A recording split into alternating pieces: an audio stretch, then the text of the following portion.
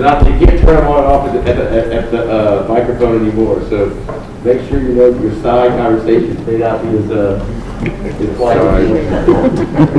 Harold's trying to help us out as we work through these new technology. Welcome. It's so good to see you in person. So good to see you for the first time in person. Welcome. We're going to start the April lottery meeting, right? Right. Commissioner? Right. You want to take it over? Sure. Happy to do it. Good morning. I'll be happy to call the April LOTA meeting to order. As always, our meeting is being streamed online, so please be mindful of that. Rhonda, good morning. Could you call the roll for us? Yes, ma'am. Commissioner Hunter Reed. Here. Regent David. Here. Regent Ewing. Senator Fields. Regent Finley. Ms. Kincaid. Here. Regent Levy. Here. Regent May. Here. Regent McDonald. Here. Representative Mincy. Regent Meir. Present. Regent Perez. I'm here. Regent Pryor. Regent Seal. Here. Regent Solomon. Here. Regent Sterling. Regent Temple. Here. Regent Vadrine. Here. Regent Weil. Mr. Williams. And Regent Williams-Brown. Here. You do have a quorum. Great. Thank you so much. With that, we'll now move to public comments. Are there any public comments? None have been received at this time. Okay. Hearing none, we'll move on to the next item, which is approval of the January 6, 2021 minutes. Members, you've received a copy of the January minutes. Do I have a motion to approve the January meeting minutes? Second. Motion by Chair David, seconded by Regent Perez. Any discussion? Hearing none, motion passes. Dr. Boutte, will you please, good morning, please present the consent agenda? Certainly. Good morning, members. The first consent agenda item is to implement ABLE final regulations, and this just brings our program rules in line with the federal rules. You first implemented this rulemaking in January, and now this is the final rule. The second consent agenda item is to be able to add the applicable interest rates that are set by the treasurer. We are required to have those interest rates in rule. So this just, you're not required to approve the interest rates, you're just required to say that they are going into rule. And the LASFA Advisory Board and the Louisiana ABLE Advisory Board have both recommended approval of these consent agenda items. Thank you, Dr. Boutte. Members, you've heard the recommendations. Is there a motion to approve the consent agenda? So moved. Moved by Regent Perez, second by Regent David. Any discussion? Any objection? Motion passes. Dr. Boutte, is there any other business to come before LATA this morning? No, ma'am. Hearing none, is there a motion to adjourn? So moved. So move. Regent Seal, second by Regent Meir. We are adjourned. Thank you very much. Over to you, Chair David. All right. So great to see all y'all in person. I guess I could do this. Yeah. You do this. Yeah. All right. So great to see all y'all in person today. We do have a new member of our team. As a reminder, this meeting is being live streamed, so members, if those presenting, please remember that you're to use your microphone so that our web audiences can hear you. As a reminder, I ask that everyone please silence their cell phones and keep them away from the microphones. I'm delighted to officially welcome our newest Regents board member today, Terry Sterling. Terry and I had a great talk a couple of weeks ago. Good to meet you in person, Terry. Terry will now be swearing in our newly appointed board members. Thank you.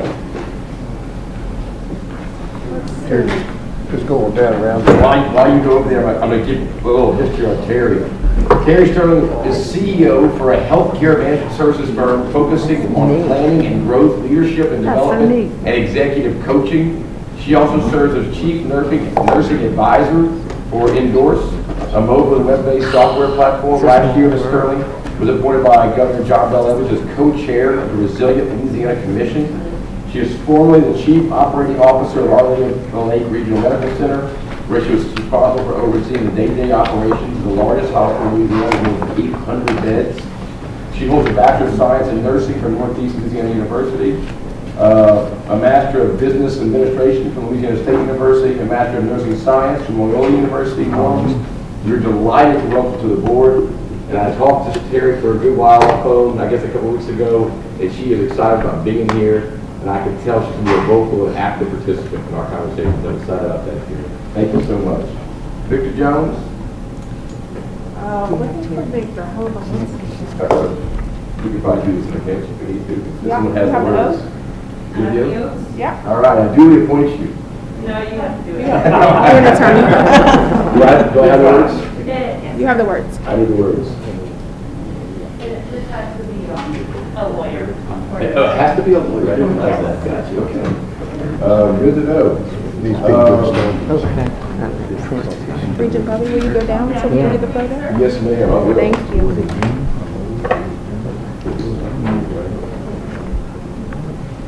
Yeah, I didn't have to.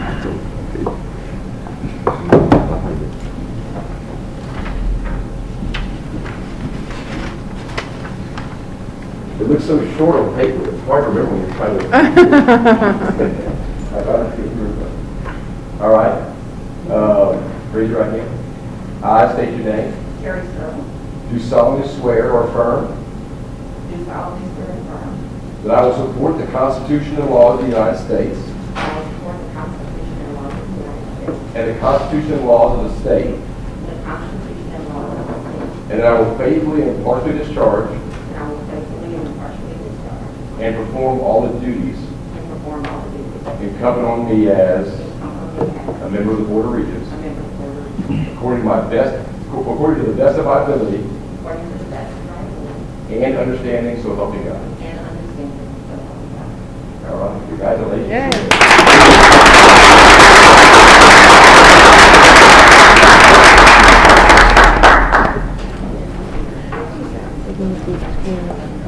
I did.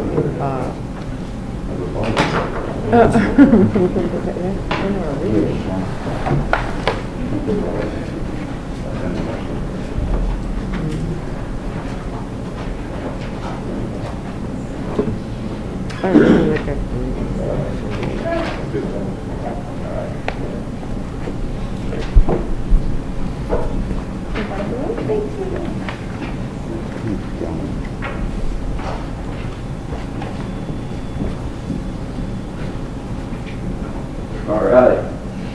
Congratulations. Here we go. And we have new committee assignments for you. Terry, you're going to be the Academic and Student Affairs, the Planning and Research and Performance Committee, and the statewide Programs Committee. So there's a lot of acronyms to learn. Yeah. Which we'll learn fast. Let's move on to our committee meetings. First up is legislative. It's been a busy session so far. I know we have lots of regents who've been active. Regent Temple was there yesterday. We had a lot of regents that showed up at the LCCCS cookout Right. at the Pentagon yesterday as well. I know Kim's been there just about every single day. I Absolutely. saw Terrence there last week. I know we were there all the time. So why don't you give us a full update on what's going on in the session in your committee? Thank you, Chair David. I'd like to call the Legislative Committee to order. Good morning, Terrence. Good morning, sir. Good morning, Chris. Terrence, will you call the roll? Sure. Regent Temple, Here. Regent Ewing, Regent Levy, Here. Regent May, Here. Regent McDonald, Here. Regent Perez, Here. Regent Pedrini, Here. LCTCS representative, Here. LSU representative, Southern representative, Here. UL system representative. Chairman May Bacon is present in the forum. Great. Thank you. So we'll move to item number 3, the budget update. What's the update, Terrence?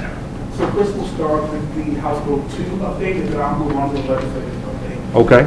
Good morning, members. Yes, House Bill 2 was introduced last week.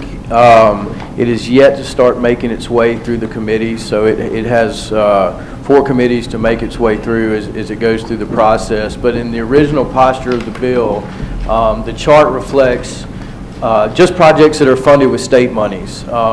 As a reminder, the priority 1 and priority 2 you see up there are actual funds that can materialize in the upcoming fiscal year. They can receive a line of credit to initiate or keep projects moving along. So you'll see the total of ongoing projects and new projects that hopefully will be funded in full this upcoming fiscal year. In your seats, the spreadsheet shows projects funded with all means of financing. For the purpose of the slide, I just wanted to capture state funding, but the spreadsheet that was put in your chairs captures any and all means of financing that were appropriated to the various projects. And one thing I would like to highlight, you can see at the bottom there's only $4.7 million that has been appropriated thus far for deferred maintenance funding, and that is statewide. That's, all state agencies. So that's something I wanted to highlight, as the session moves forward. But I'll be happy to answer any questions on any projects, and I'll keep you guys updated as things move forward. Obviously, Chris, I remember when I first got started, and I see a number like 4.7 for deferred maintenance, and I didn't know how much deferred maintenance actually was necessary. So I know we got a lot of new members. I have an idea of how much deferred maintenance because I've traveled and seen the campuses, but we got 4.7 for deferred maintenance. Can you let everybody know roughly the estimated amount that we actually have for deferred of work that needs to be done? Yes, sir. For higher ed, it's estimated to be around $1.6 billion. I just wanted to let y'all know we're a little bit behind, but okay. So, but we're working on it. We're doing better. So, thank you. Any other questions? Thank you, Chris. Yes, sir. Terrence? Yes, so thank you. The session is off to a strong start. We've had lots of activity over the last 3 weeks. We're in week 3 of the session. I want to give you a few highlights of the bills that are moving now that are important to the Regents. First, we'll start with House Bill 42 by Representative Davis, which is the Truth in Borrowing and Fiscal Literacy Bill. This bill passed the House floor yesterday by a margin of 99-0. Now passed the Senate education. The bill has been endorsed by the Council and by the President as a positive step to curb student debt. So we're very excited about that legislation. House Bill 60 by Representative Brass, which is the dual enrollment task force update. This bill is set to be heard on the floor this afternoon. This is a major proposal for the Board of Regents, and we're proposing an amendment to add a teacher representative to the task force. The 3 state teachers unions will be able to make a nomination, and that bill again will be heard this afternoon. We look forward to the passage of that as well. House Bill 119 by Representative Hughes is the HBCU Advisory Council update, and that bill passed off the House floor yesterday as well by a margin of 100-0. This bill adds a student member and also a lay group member, which is our state college, independent colleges and universities. It has a member to the commission as well. It also calls for an annual report and the council's actions and recommendations be reported to the legislature. Senate Bill 99 by Senator Fields, top exceptions, edits, and adjustments, and that bill is slated to be heard on the Senate floor this afternoon. This bill makes some modest adjustments, updates to the TOPS program, such as adding a July ACT test date for eligibility and increasing homeschool measures.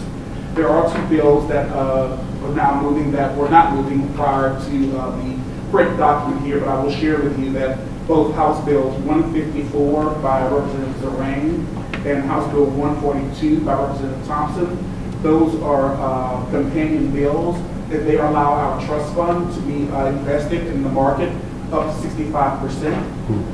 Right now, we have a 35% cap on market investments that has been hindering us with the fund over the years. That fund used to produce about $40 million for us. Now we're down to about 14 because the oil royalties are not sufficient to maintain and grow the fund.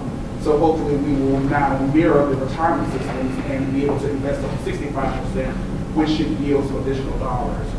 Last but not least, I would like to, I'm sure the Commissioner will talk about this in her comments later on. On Monday we had HBCU Day. It was a virtual HBCU Day. There were over 205 social media, 205,000 social media impressions, 8,000 video views, and over 1,000 engagements. And so we're very, very grateful for the efforts and the respective House and Senate leadership, Senator Fields and Representative Hughes, for authoring resolutions in their chamber to proclaim April 26th as HBCU Day. We will continue, Aaron's over at the Capitol right now, working through some bills. We will continue to keep you all updated as things happen, and I'm happy to take any questions. Thank you, Terrence. Any questions? Mr. Chairman, Yes, sir. Regent Seal. what do you believe to be the sentiment of the legislature as you've seen it these last 3 weeks compared to, let's say, prior years? So, not to editorialize, but I do believe that the members reforms in the areas of tax.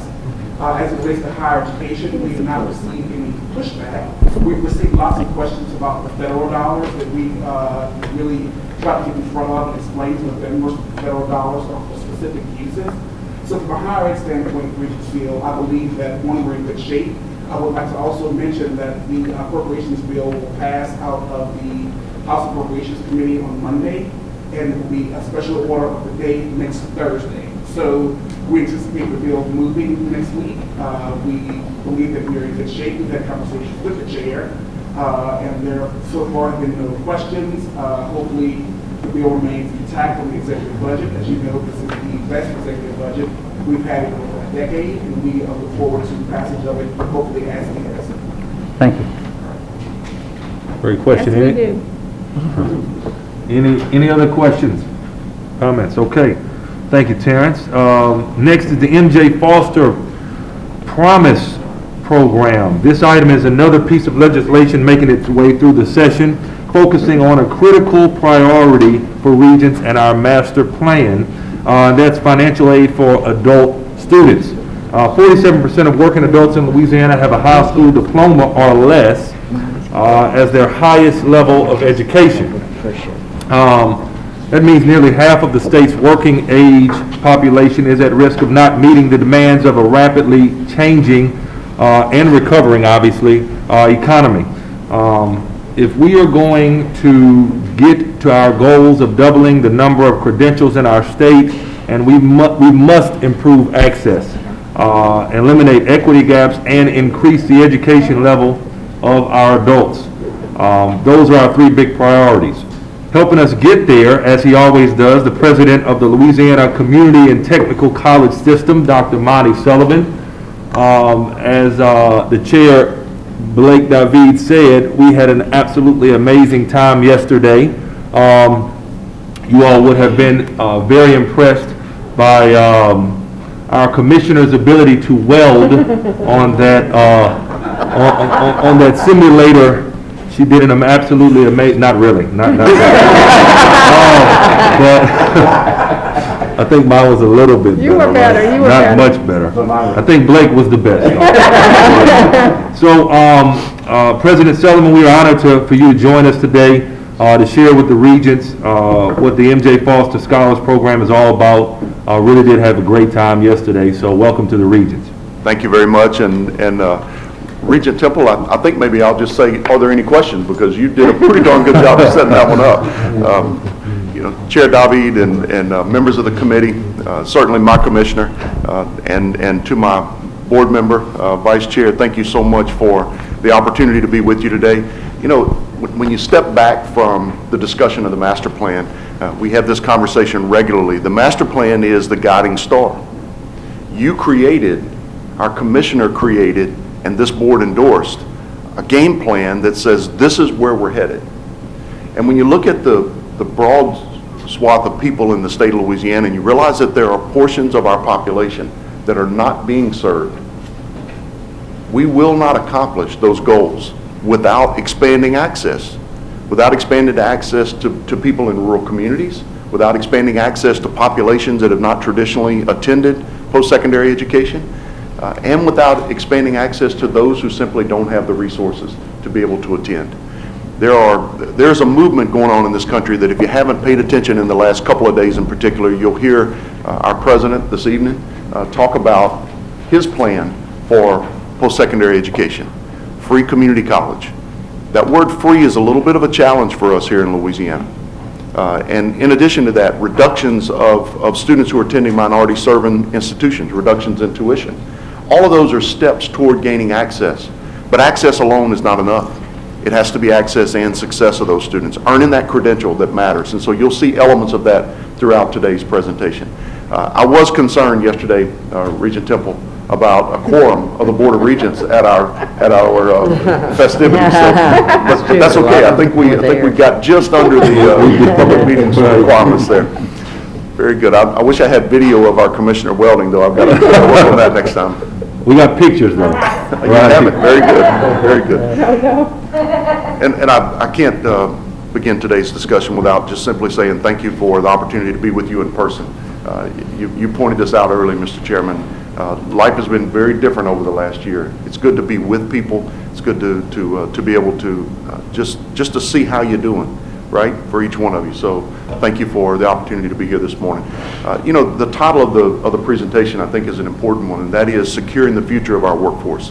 What we have been through in the last 15 to 18 months shows us just how tenuous our workforce circumstance and economy can be at times.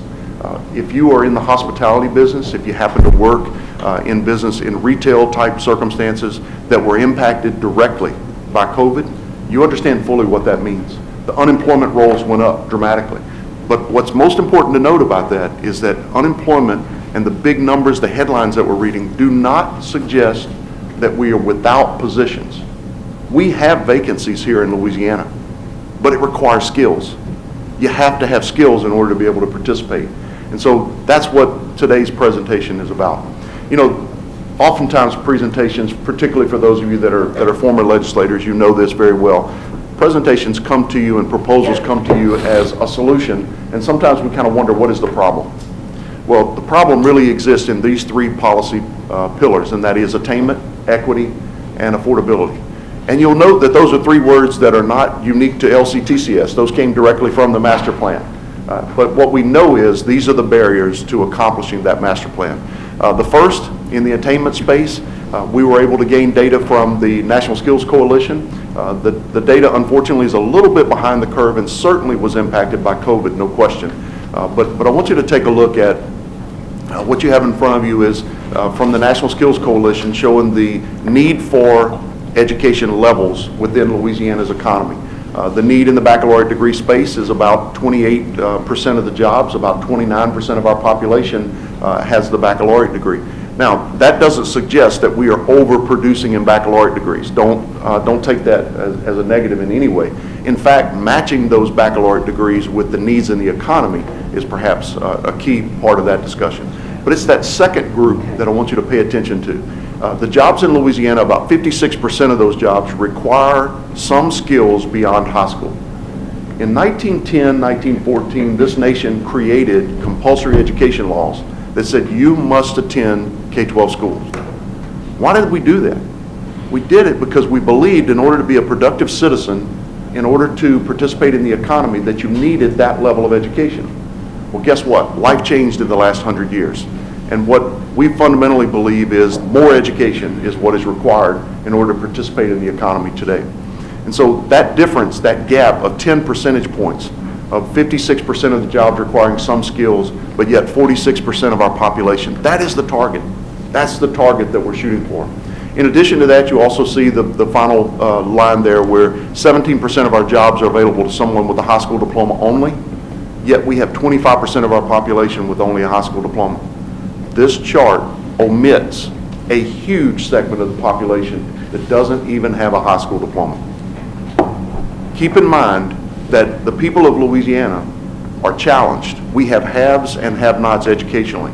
What we are proposing is an opportunity to bring more people into the haves category. What we know is about 250,000 individuals need to be skilled and trained and educated in a way to be able to participate in that second block to meet the demand that is there. What we also know is over the last 4 years, we conducted pilots to show the wage earnings increase that occurs for someone who has a high school diploma only versus those who earn short-term training credentials. What we know about that, based on a study from Dr. Chris Glass out of Old Dominion University, is a 19% wage lift that occurs for those individuals that complete those short-term training credentials. Just think about what that means for the average Louisiana family that maybe is earning $40,000, stringing together a couple of part-time jobs, no benefits, going from $40,000 with a 19% increase. That's a game changer. It is a game changer. This is the impact that we have to have for the state of Louisiana. That is the attainment gap. The second is equity. This is a discussion that you have been so important in pushing forward to the public and saying equity is a key discussion for us. As you look at the top line, you see in our nation that we have about 48% of the white population with an associate degree or higher. Unfortunately, as you look at the blue line there, the African American population is at about 32%. Unacceptable. Take a look at those numbers in Louisiana, just below that. We are a full 10 percentage points behind the rest of the nation in the white population's completion of an associate degree. We are far behind. Not to mention the fact that our African American population is also about 10 percentage points behind the rest of the nation. I will remind you that our colleges, two-year colleges in this state, enroll more and graduate more minority students than the rest of higher education combined. Let that sink in. Yes, there's a strong role for our HBCUs and great partners with Southern University, the system as a whole, with Grambling State University, with our private HBCUs. But it takes all of us. It will take all of us to accomplish the goals that are there. That gap is one that without bringing all of Louisiana along, we will not prosper. We cannot prosper. Again, another word that you used as a part of the master plan. The third point, affordability. Over the period of the last 10 or 12 years, I don't have to tell you, we've been through some very difficult times. During that financial challenge, we saw a rise in tuition at 130% across time. Meanwhile, the median family income rose by a whopping 14%. Think about what that means for the average family. The ability to pay, the affordability is a challenge because our price point has increased across time. Meanwhile, median family income has grown, but certainly not kept pace with the increase in tuition. So attainment, equity, affordability. Those are the three challenges that we seek to solve with the MJ Mike Foster Promise Program.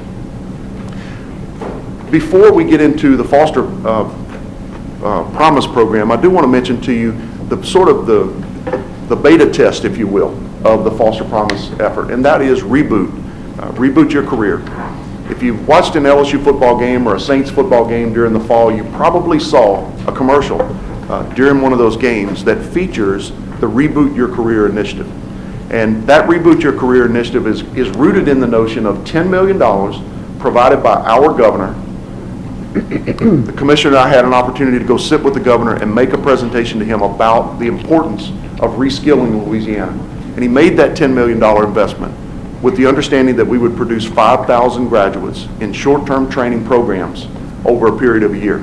Those dollars were received July of 2020. As of this point, we have produced over 3,200 graduates in those short-term training programs. You can see the fields that they exist in. And isn't it curious, when you think of the five sort of pathways, if you will, those are the five economies of the state of Louisiana. We oftentimes miss transportation because so much of transportation in Louisiana takes place on rivers. We miss seeing those. We see what happens on the roadways, but we don't necessarily see the river side of this thing. You see the 1,100 credentials that have taken place in the transportation space. These are folks who are deckhands. They've earned a CDL. They have earned a forklift certification that allows them to work in some type of a logistics kind of warehousing kind of circumstance. But also in the midst of a pandemic, another 830 graduates in short-term training programs that allow people to provide the care needed for so many here in Louisiana. As you go through the entire list there, what you see is a reflection of Louisiana's economy. So these programs were not aimed at just any old training program. They were aimed based upon relationships with our economic development partners and the data that says this is what is needed in Louisiana. We do anticipate that by July 1 of 2020, July 1 of 2021, we will accomplish that 5,000 graduates. No question about it. The demand from people across Louisiana has been overwhelming, and the support that our colleges and our faculty have provided has been tremendous. I will also note that LSU Eunice and Southern Shreveport are a part of this effort. They have been huge partners. Very proud of the work that both Dr. Ellis and Dr. Sorensen have done. In particular, the folks at LSU Eunice grabbed a hold of this thing very early on and began to identify those certifications. Great partnership that is working there, and I have to tell you, that's a game changer. This is not the relationship that we had 8 or 10 years ago between our two-year colleges in multiple systems. Today is a different day because we're focused on what matters, and that's solving the state's problems.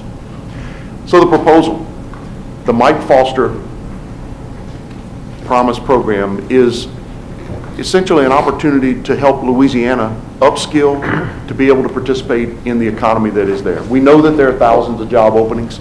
We know that our workforce expenditure as a state is not what it should be. We have to find a way to aim more of the dollar to help people get into this economy. I won't go through each one of those items, but I will mention to you item number 4. The adult students do not have time to enroll in 4-year programs or even 2-year programs. I want you to think about the whole myriad of issues that adults are dealing with. Childcare, transportation, bills, tires on the car, a washing machine that just went out, right? All of these are the things that adults are dealing with on a daily basis. And we would say to them, come back to our institution for a 16-week semester, and oh, by the way, you need 4 of those, or 5 of those, or 6 of those. They don't have the time. What they need is that first credential to get into the economy, to be able to engage, take care of their business, and then be able to come back at the appropriate time. That is what the MJ Foster Promise program is all about. So here's the scenario. A $10 million proposed fund that would fund high-demand job training programs, not just any old program. You can't walk into one of our institutions with the Foster Promise program and just enroll in anything. It has to be in high-demand programs that we know are going to result in the jobs and the earnings that are available in Louisiana's economy. Must be 21 years of age and a Louisiana resident. 21 years of age, a Louisiana resident. We're casting a broad net. A broad net. Also, it is a last dollar award, and if you drill into the bill as it currently exists, what you find is a means qualification. Students have to provide financial information, and they cannot exceed 300% of the federal poverty line. So what that says is we're aiming at a family of 4 right here in Baton Rouge that's making $85,000, $90,000 a year and below. Think of that. Think about the game-changing opportunity that it is presenting for people to go back and gain those certifications. And as we move through this, we also are excited about the opportunity to engage employers and allow employers to provide for internships and the kind of work-based experience that gives people hands-on experience so that they can continue to grow across time. A little bit of a comparison between the current TOPS Tech program and the Foster proposal. First and foremost, there's no age limit. If you think about it, the only way you qualify for TOPS or TOPS Tech is to be a recent high school graduate, which essentially limits us to 17, 18, 19-year-old students. Remember, we have 1.1 million working age adults who need the kind of education and skills that we're talking about here. So that age limit is a huge step forward. Secondly, no barrier in terms of an ACT or a GPA. I want you to imagine finding that same 27-year-old female with a couple of kids at home, a single parent struggling to make it, and we tell them, oh, by the way, you need to register and go take the ACT. You know what our response is? Go fly a kite. I don't need your ACT. I need training. I need a job. I need a paycheck. ACT is not going to help me to accomplish that. Remove the barriers that we have put in place in policy that allows people to get into the education training programs that allow them to advance. Those barriers will no doubt create a bottleneck, if you will, for those students to be able to get into training programs. You can see the others listed there. Access to short-term training is a big step forward. You know, there are 20-plus programs across the country, Promise programs. One of the things that distinguishes Louisiana's Promise proposal is that we include short-term training programs as a part of the effort. That's important because our economy requires it. Louisiana's economy has been built for years on those short-term training related programs. The cap also, as we mentioned before, is a $10 million cap.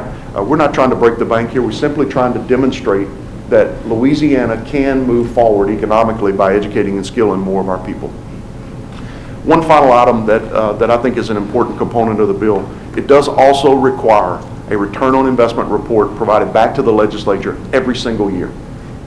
Can you imagine if every expenditure in education we were able to demonstrate back to the state the return on investment? You know the value, I know the value, but we don't typically do a really good job of telling legislators about that value. This proposal says that we will annually go back to the legislature and report to them on the return on investment. If you take a look at this chart, very simply, we're looking at the number of graduates that will be produced going forward from 2019-20 through 24-25. What we know for certain is the average earnings of these graduates is somewhere in the $42,500 range. Someone who earns at about that level will contribute back to the state of Louisiana about 9% of their personal income in property tax, sales tax, and personal income tax. What this chart represents is that by the 5th year, that group of graduates will be returning to the state of Louisiana in tax contributions $97 million per year. That's the value of helping people to upskill, getting them into the economy, and producing taxpayers. That's what we do in higher education, educate and skill people so that they're able to contribute to the whole. This chart, if you were to project out for another 5 years, interestingly enough, this proposal could actually fund the $320 million that we pay each year for TOPS. Imagine that. Imagine the struggle that we have annually to maintain funding. You asked the question very appropriately earlier, Regent Seal, about the mindset of legislators and where we are. We have to begin to turn the discussion in a way that focuses on what our graduates are contributing back to Louisiana. Not so much about what our institutions need, but about what our people need. That return on investment piece, I think, is a critically important policy plank that we should look to incorporate going forward. A little bit of an update on where the bill stands. Senate Bill 148 was filed, sponsored by Senate President Paige Cortez, and on the House side by Speaker Clay Schexnayder. Thankful to both of those leaders for their willingness to grab a hold of this proposal and run with it. The bill was presented last week in front of Senate Education, gained unanimous support from Senate Education. We are hopeful that if later this week Senate Finance is able to convene, that we will be in front of Senate Finance then. If not, Monday is the date. So we are really excited about the initiative. We're excited about the potential of seeing this bill come to pass in this session, but also about a July 1, 2022 start date when we can see students being impacted at our colleges. So with that, I'll pause and ask if there are any questions from members. Well, you actually, the last slide with the return on investment, that was the question that I was going to ask. So I'm glad that $42,436 number was actually the number that I was going to ask. So that basically, so it assumes an average salary of those 3,200 already existing graduates. That's about the number. That's the number we're looking at. That's correct. And what's most important to know about that is 436 is not the goal. No. Right? That's the first step. Right. What we're trying to help people to do is to get into the economy. And the expectation is that organizations like an Entergy, as an example, are investing in their employees to help them gain that next level certification so that they can continue to grow over time. And look, these credentials are not pigeonholing someone to a career that is at the bottom end of the rung. Instead, what it's providing for is people to be able to stack those credentials in a way that they earn the associate degree, they earn the baccalaureate degree, they move into mid-management. That's the goal, that's the American dream. And that's what this proposal allows for, bringing more people into the fold, a greater level of access in post-secondary education, a greater level of success for people. Great. Any other statements, questions? I have a question, Mr. Chairman. Yes, sir. Yes, Mr. Chairman, I was wondering,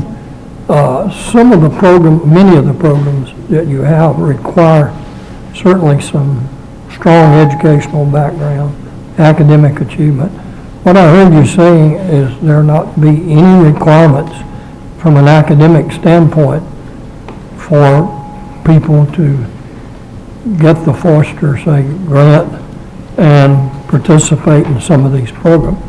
What I wondered about is students who are not qualified with their background to enter the program and enters the programs and drop out after spending money on them. Do we have any numbers about what the dropout rate might be and how that might impact the return to the state for the investment? And by the way, I'm very supportive of the Mike J. Foster promise because he was so helpful in us passing the TOPS program and funding it. Right. So I'm very supportive of that. Thank you for the question, but if I can, I probably should have said this from the top.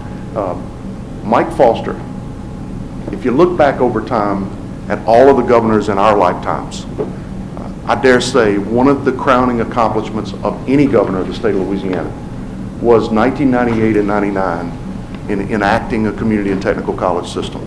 I don't say that because I have the opportunity to work in this mission every day. I say it because I see the change that has happened in people's lives. Mike Foster had that kind of impact when he said, we're going to develop this system on equal footing with the other systems in higher education that is going to advance the state of Louisiana. So I very much appreciate you bringing that up. I will, this is the question that I would pose to you. I started in this business in adult basic education.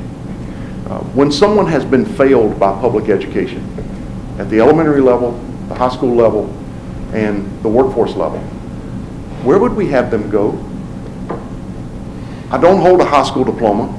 I show up to the admissions counter and you tell me, oh, you're not made for college, you're not made for the training programs that we offer here. Where would you send them? I can tell you, they're going to show up in two places. They're going to show up in prisons and they're going to show up in social services agencies. Is that really what we're looking for? There's something about the academic space that says we feel better when we see numbers that say students can succeed. When I'm not so sure that the predictive value of those exams and those grades are necessarily that great. Because here's what I learned in 20 years of dealing with adults in adult basic education. Those students didn't drop out of high school because they were not smart. They dropped out of high school because of personal, family, financial circumstances. They are bright. They are capable. In fact, they are more motivated than our average college student. They're showing up in these programs and completing at rates of 80 and 90%. Bossier Parish Community College, great example. They run a cybersecurity program with a group of students who have no high school diploma. Completion rate 93%. 93%. Can we find a program somewhere in the state that has that level of completion? Why is it a completion rate of 93%? Because they show up at a building every day for a class and they look across the parking lot and they see an employer where they know they're going to make $50,000, $60,000. That's the motivation. That's the game changer. We have tried over time to put limits on people and say you can't do this unless. Well, here's the reality. We will not ever work our way out of the demographic challenge we have today, nor the economic challenge that we have today, without providing greater access and giving people an opportunity to work their way out of poverty. It will not happen with graduate degrees or baccalaureate degrees or even associate degrees, because that's too long a runway for people. Time is the enemy. Time is the enemy. So we understand the academic piece. In fact, if you take a look at the bill, there is a requirement that individuals without a high school diploma be co-enrolled in an adult basic education program that helps them to complete the high school equivalency. Yes, there is remediation that has to occur along with many of these training programs, particularly in mathematics, but also in some of the reading areas. Technical manuals, as an example, are some of the most difficult reading assignments. And we are finding that that is a requirement.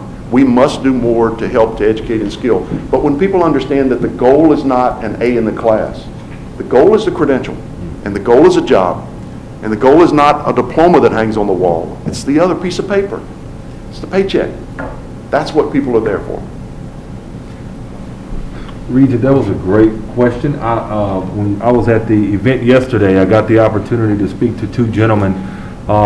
That's actually how we got to the welding table, about that program. And those gentlemen, and they weren't speaking from a specific knowledge of the numbers, but they were given an estimate of what they deal with on a daily basis, that probably, in their words, 35 to 40% of the folks that are coming to them need some form of remediation.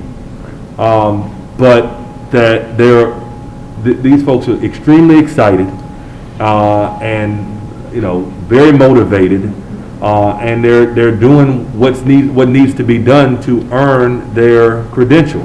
And they talked about how creative they had to get during COVID because they couldn't, which that was a great conversation as well. But I asked that question, a version of that question, and they said these folks are coming in and they're very excited about the opportunity to be able to provide for their family, to be able to live the type of life that they would want to live, and that this is programs like what we're dealing with right now are opportunities to help them do that. So definitely hats off about that. Any other, you want to say something, Regent? May? Yeah, it's a question and a comment. First of all, bravo, because this is sorely needed right now, particularly with the transition we're seeing in the economy in Louisiana, and not only that it's driven by the pandemic, but also a shift towards cleaner energy sources and so forth. Absolutely needed for adult learners. And I appreciate the question and the response, and what we know from working with folks who are trying to acquire technical capability certifications and so forth. Oftentimes it's life that gets in the way and causes them to drop out and not achieve those goals. Curious if there are, whether counselors or other programs to align other resources, child care resources, other financial resources for these adult learners, because that's really the biggest challenge is how do they put their life on hold for a minute to go achieve these certifications? Great question. That is, to me, that is the student success question. Because it is those other factors that impact so much of what goes on in success or non-success in the classroom. If you look back over the years of 2008 to 2015-ish, what took place in higher education in Louisiana was as difficult as any circumstance in the country. And unfortunately, many of the counselors, many of the student services positions in our colleges, we had no choice but to eliminate those. And so the impact of trying to be more hands-on with our students during that time really had a big effect on our institutions and our operations. But what it has allowed for since 2015 is a refocus of whether we should be employing counselors or whether we should be partnering with other organizations who have that skill set. So when you think about that in your own business circumstance, can you afford to have a product line when someone else probably could do it better, more effectively, and do it cheaper? And so what we have done is the work that Commissioner Reed has led with our workforce and higher education sub-cabinet, that is having all of those groups around the table with DCFS there with us, with a workforce commission at the table with us, so that there is work where we're standing up child care programs on the college campus, or we are developing partnerships locally to make sure that child care slots are available for short-term training programs.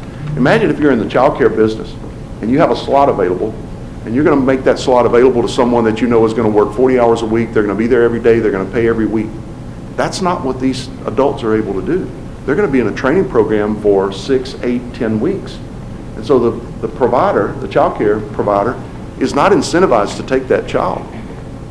We need to make sure that there are slots available for parents who are enrolled in these training programs. So there's policy that needs to change and shift along the way. We are also working with communities in schools who have a great track record of working with K-12 schools. Most recently, they developed, it's a national organization that is based in Northern Virginia.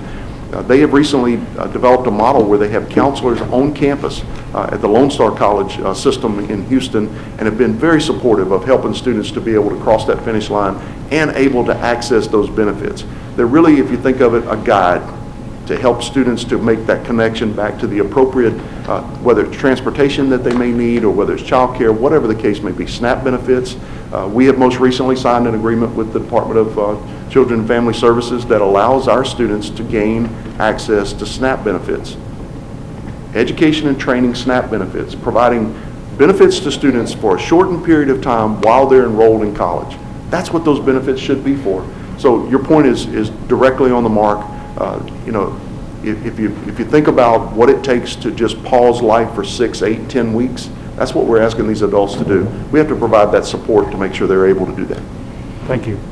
I will mention one other quick item. That 42,000 number up there of our graduates' initial earnings looks remarkably similar to our average faculty salary.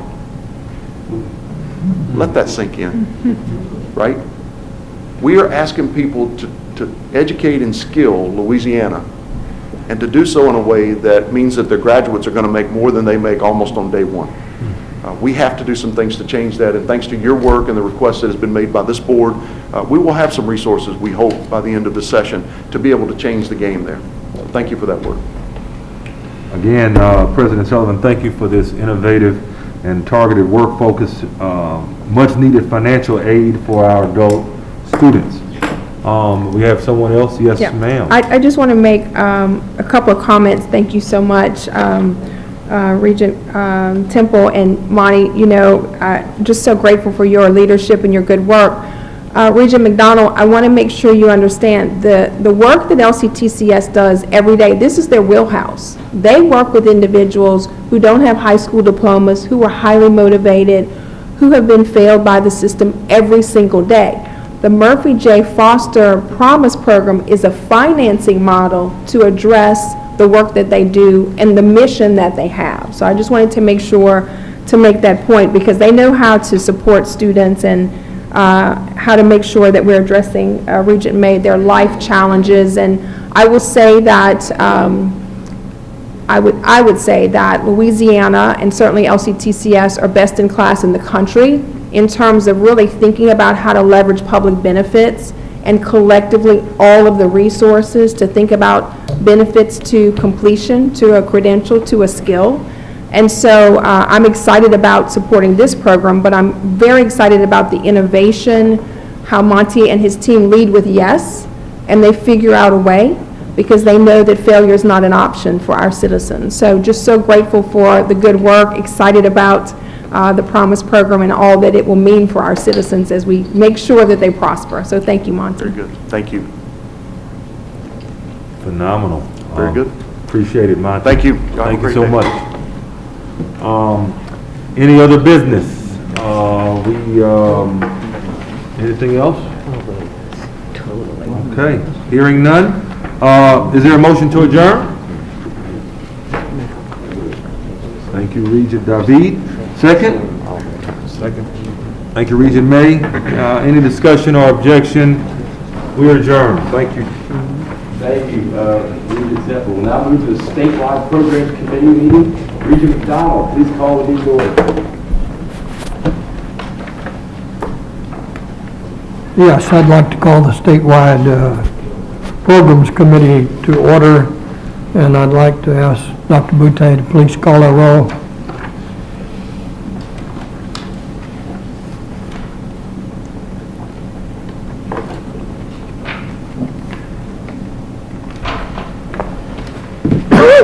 Good morning again, members.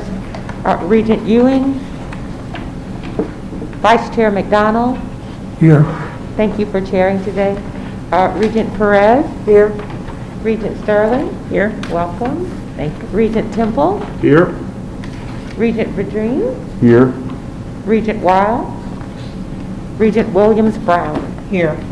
Thank you. Members, you do have a quorum. All right, thank you, Dr. Boutte. The consent agenda, let's move to item number 3 on the consent agenda. Dr. Boutte, please proceed.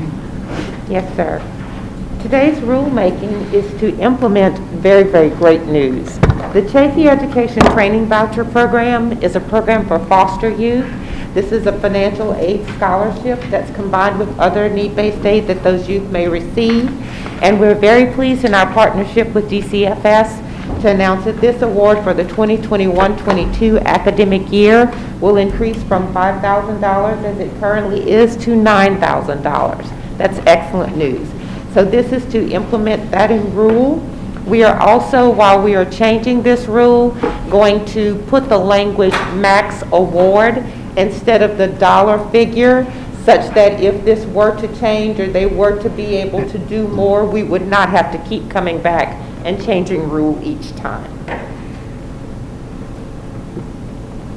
The next agenda item, consent agenda item, is approval of TOPS exceptions. For those of you who are new members to the committee, those exceptional circumstances which are subjective, not objective for students for TOPS, allows our agency to be able to provide exceptions if a student for matters beyond their control cannot make their 24 hours, cannot remain full-time enrolled. Those students present documentation to a committee internal to LOSPA. That then goes to the LOSPA Advisory Board, who's made up of financial aid professionals, as well as high school counselors for both the public and private school sector, and then it comes to you as well for final approval. So in this instance, the advisory board has recommended approval of both consent agenda items. Members, you've heard the recommendation. Is there a motion to approve the consent agenda? So moved. All right. Regent Perez moves. Does have a second? Regent Hollis is a second. Are there any objections? Hearing no objections, the motion is approved. Is there any other business to come before our committee? No, sir. Hearing none, is there a motion to adjourn? Regent David moves to adjourn. Regent Holly seconds. We therefore adjourn. Thank you. Thank you. We will now move to our next committee, Academic and Student Affairs. Regent May, please call your committee order. Thank you, Chair David. I'd like to call the Academic and Student Affairs Committee to order. Dr. Craig, will you read the roll? Yes, I will. Thank you. Regent May, Here. Regent Solomon, Here. Regent Finley, Regent Pryor, Here. Regent Sterling, Here. Regent Temple, Here. Regent Vadrine, Here. LCTCS representative, Here. LSU representative, Southern representative, Here. UL system representative. Here. Thank you. Chair May, you have a quorum. Thank you, Dr. Craig. We'll now move to item number 3, the consent agenda.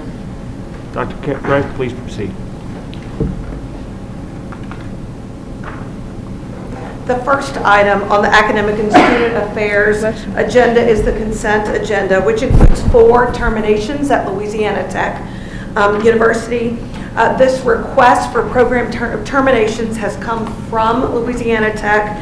It's a result of an internal program audit that an inventory review at their institution, and they determined that these 4 certificate programs either no longer have student demand for the program, or the institution does not have the adequate faculty to continue and support this program. I'd like to note that the institution will continue to offer their bachelor's and master's degree programs in the same areas. The second item on the consent agenda is a routine staff approvals report. Senior staff recommends approval of the items on the consent agenda. Thank you, Dr. Craig. Members, do I hear a motion to approve the consent agenda? I'm sorry, go ahead. Motion. Motion, all right, thank you. Second, thank you. Any discussions, any objections? Hearing none, the motion passes. Next on agenda, number 4, academic programs. Dr. Craig? Yes, we have 3 letters of intent, 5 program proposals, and 2 program reconfigurations to bring to you today. My plan is to present all 10 items and then make 1 recommendation at the end. Our first item is a letter of intent from Southern University at New Orleans, or SUNO, to develop a proposal for a Bachelor of Science in Nursing. SUNO actually submitted a letter of intent for this program in 2013, but did not continue on with a full proposal at that process. Last year, the institution hired Dr. Carol Seaver, a registered nurse and a higher education consultant to aid the institution in developing a revised plan. SUNO's nursing program plans to address the ongoing statewide shortage of nurses with a specific focus on diversifying the workforce in the New Orleans area. In the full proposal, the institution plans to further address faculty recruitment and retention, as well as adequate clinical positions. Next letter of intent is to develop a Bachelor of Science in Plant Health Management at LSU A&M. This particular proposal proposes developing a program that will prepare students to understand and address crop yields, including factors such as disease, pests, drought, and air pollution. They also want to focus on addressing global increases and the demand for food production. This bachelor's degree program will include an accelerated master's degree option and will be the only one offered in Louisiana. The third letter of intent is to develop a Master of Art in Teaching at Southern University at New Orleans. This will be a 100% online alternative certification program intended to allow those individuals who already have earned a bachelor's degree to earn a master's degree and initial certification in two areas, either elementary education, grades 1 through 5, or secondary education, 6 through 12, with training in mild, moderate disability certification.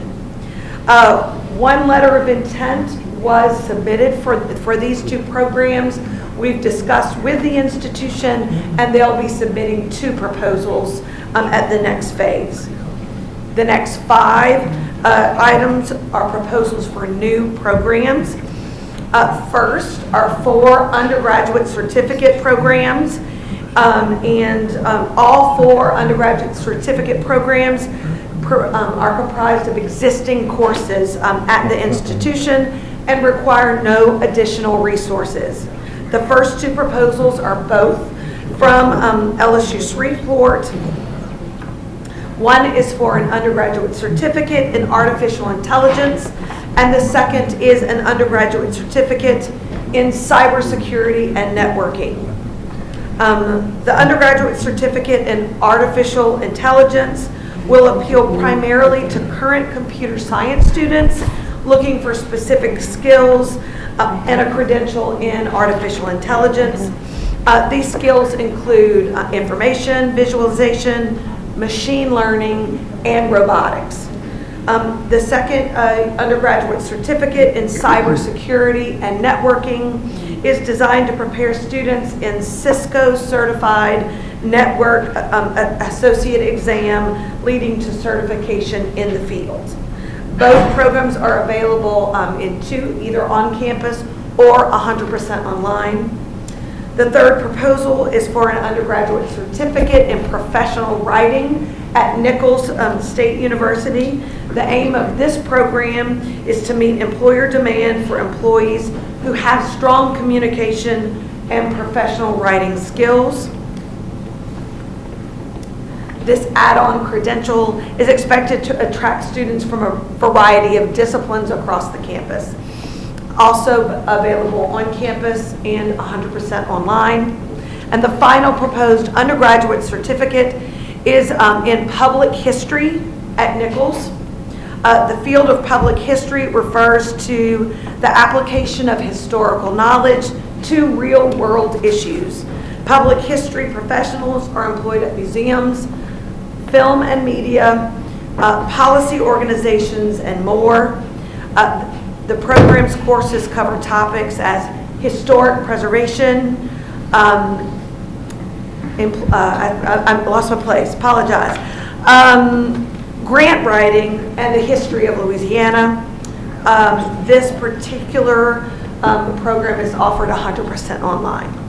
Our last program proposal is a Bachelor of Science in Business Analytics at LSU A&M. This is a 100% online program and will include core courses required of all business majors with practical analytical skills that apply to the business areas of accounting, finance, management, and marketing. Chief academic officers around the state reviewed the proposal and overall indicated support for this program and said that it will meet growing industry needs for the state. Our last two items under consideration are two reconfigurations of existing degree programs. The reconfigurations consider splitting of an existing degree program. Both of these will require no administrative or curricular changes and no additional resources. The first is a request from Nichols to reconfigure the existing Bachelor of Science in Petroleum Services into a Bachelor of Science in Safety Management and a Bachelor of Science in Petroleum Engineering Technology. The second request is from Bossier Parish Community College to reconfigure the Associate of Applied Science in Cyber Technology into two separate programs and an Associate of, Applied Science in Cybersecurity and the Associate of Applied Science in Software Development. Both requests were born out of recommendations from advisory boards at each institution. The purpose of splitting these out into they're both successful concentrations, and this is going to offer better recognition to specific skills acquired in each of the subject areas. Senior staff recommends the approval of the 3 letters of intent, the 5 program proposals, and the 2 program reconfigurations as presented. All right, thank you, Dr. Craig. Members, do I have a motion to approve? I move, Mr. Chairman. I have a motion from Regent Solomon and second from Regent McDonald. Any discussion, comments? Just one comment, Chairman made. I just want to echo the importance of an additional Bachelor of Science program in nursing. We know that more than 1,000 students are turned away who are eligible for nursing school, and this program will certainly help to put a dent in that. Beyond this meeting, I would like to understand how we support those programs. We know that there have been challenges in our HBCUs and the sustainability of their nursing program, so understanding the systems and structures to support that success will be important. Thank you. Yes, and we're happy to meet with you. Yes. All right, great comments, Regent Sterling. Any further comments, discussion?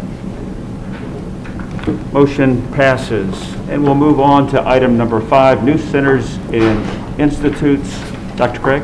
Thank you. Next on our agenda are 2 requests. At last month's meeting, the board authorized staff to approve reauthorization of existing research units. However, we'll continue to bring to you new centers and institutes for initial approval as the 2 on today's agenda. Our first is a request for approval of the Food Innovation Institute at the LSU Ag Center. LSU Ag Center's Food Incubator, a food development and production facility located on LSU's campus, has served 42 food entrepreneur clients and produced 125 different products since the incubator was established in 2013. The LSU Ag Center is now looking to expand their operations to include more research and education. In addition, increase its ability to attract external grant and philanthropic funding, and grow its capacity to meet increasing client demand. The top priority for the Food Innovation Institute will be to secure $5.5 million in funding to refurbish a 14,000 square foot warehouse, which will double the unit's total space. I think the best example that was given to me, if you have your grandmother's favorite salad dressing and you want to get it on your local grocery store shelves, this is the place that you go to do that. And so this is the first center request for approval. The second request is from LSU Health Science Center in Shreveport for approval of the Patient-Centered Rehabilitation Center of Academic Excellence. With the creation of this center, LSU Health Science Center aims to better centralize and coordinate its efforts in rehabilitation degree programs, clinics, and research. These areas include physical therapy, occupational therapy, speech and language pathology, and the institution's newly approved PhD in Rehabilitation Sciences. The Center of Academic Excellence designation will recognize the institution's outstanding degree programs, service to the region through its clinics, and strong record in securing external grant funding to support research and other related activities. Senior staff recommends approval of the items as presented. Thank you. Members, do I have a motion to approve? Liz? All right, we have motion made by Regent Solomon, and seconded by Regent Temple. Any discussion or objections? Motion passes. We're going to move on to item number 6, extension of interim dual enrollment policy, and Melinda's going to present. Thank you, Regent May. Good morning. Today I will provide a brief presentation on the extension of the interim dual enrollment policy.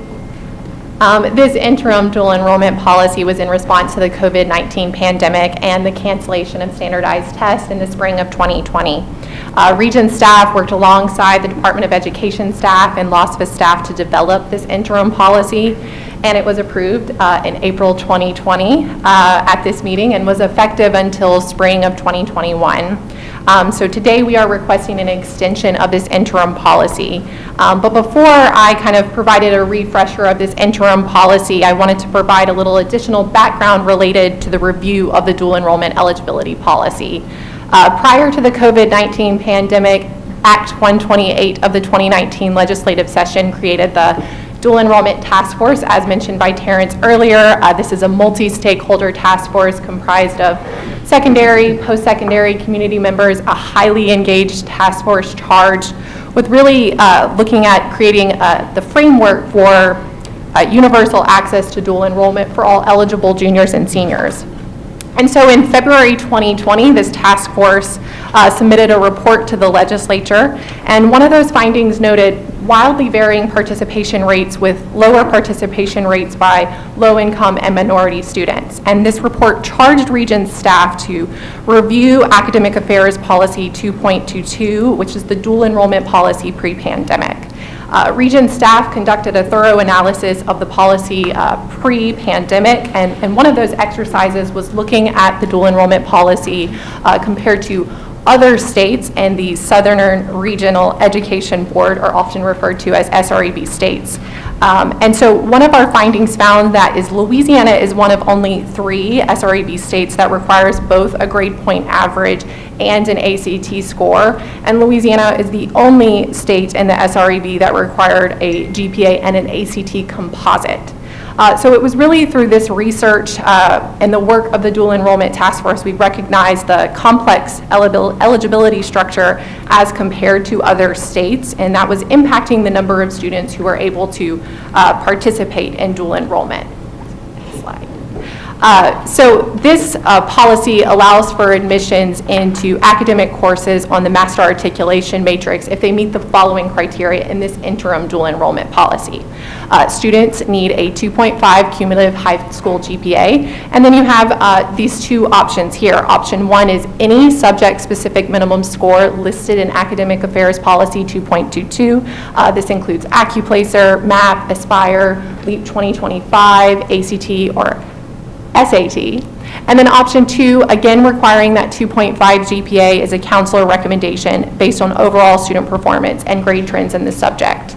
And so this proposed extension was also presented to the College and Career Readiness Commission in March of 2021, receiving positive feedback to this extension. And we've also noted an increase in dual enrollment participation rates as compared fall 2019 to fall 2020.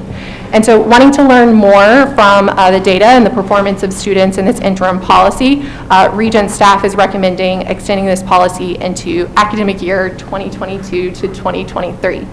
So that leads us to senior staff recommends approval of the extension of the interim policy for dual enrollment through academic year 2022-2023. Very good. Staff has made a motion. Staff has made a recommendation. Do I have a motion? So moved. Thank you. Second. Regent Temple, thank you. Any discussions, objections? I certainly don't have an objection. Just wanted to make a few points. As we think about COVID impact, and certainly as we think about, as Dr. Sullivan talked about, our North Star, increasing educational attainment, we know that having more college experience in high school makes a difference. When we looked at all of the impact of COVID on our students in higher education, in high schools, et cetera, one of the bright spots was that in dual enrollment, we actually saw a small increase in student participation. 20,000 plus students participate in college and high school. And so we do believe having the counselor recommendation, other measures, gives more students an opportunity to participate and to demonstrate ability to benefit. And so we're very excited about this. I also want to say that this is a data-driven board. You want to make sure you always ask the question, how do we know? How do we know we're getting it right? So we feel very strongly that if you give us the opportunity to extend the policy for a couple more years, as Regent Solomon and I talked about, we will have proof points of the impact so that we can speak to whether a permanent policy change should come forward. But we don't want to do that without data, without looking at how students are moving through the process and hopefully moving through the process post-pandemic. So I just wanted to put that exclamation point on the importance of this policy change. We certainly have talked to the academic officers, the dual enrollment task force, the College and Career Readiness Commission, because you know we are a big tent organization. We talk to lots of folks to make sure that there is consensus that this makes sense for students. But I just wanted to share that because we think it's very important. Great comments. Any further comments, objections? Seeing none, motion passes. Thank you. Do we have any other business? No. All right. Seeing none, do we have a motion to adjourn? So moved. Motion by Regent Temple, second by Regent Sterling. Thank you. We are adjourned. Thank you, Regent May. We'll now move to our Research and Sponsored Initiatives Committee. Regent Perez, please call your committee to order. Thank you, Mr. Chairman. I'd like to call the Research and Sponsored Initiatives Committee to order. Ms. Robinson, please call the roll. Whenever you're ready. No rush. Yes, ma'am. I am ready. Regent Weil? Regent Perez? Here. Regent Finley? Regent May? Here. Regent Meir? Present. Regent Seal? Here. Regent Solomon? Here. Have a quorum. First up is the Region Support Fund Award recommendations. Ms. Robinson? Okay, so this is the time of year that you get to do something very exciting. We get to allocate quite a bit of funding to our public and private institutions through the Board of Regents Support Fund. Just as a reminder, the Support Fund is a constitutionally designated fund within the Louisiana Constitution. We are constitutionally permitted to run 4 different programs. endowed chairs for eminent scholars, recruitment of superior graduate students, targeted research and development, and the enhancement of academic research in agricultural departments and units. We do this through 10 different programs. You'll see them on the slide before you. You will be making decisions about first-year monies in 9 of these programs. The one that you will not be making decisions about is federal matching, because those are dollars that are committed on the front end through the plan and budget for federal grants that we are applying for as the statewide coordinating board. In terms of the approved budget, some of you may remember we approved this budget back in December of 2019. So this is the culmination of a very long process to make these awards. The approved budget was $22 million, and when we submit the budget, it's submitted in categories, and we use these categories to guide our funding process.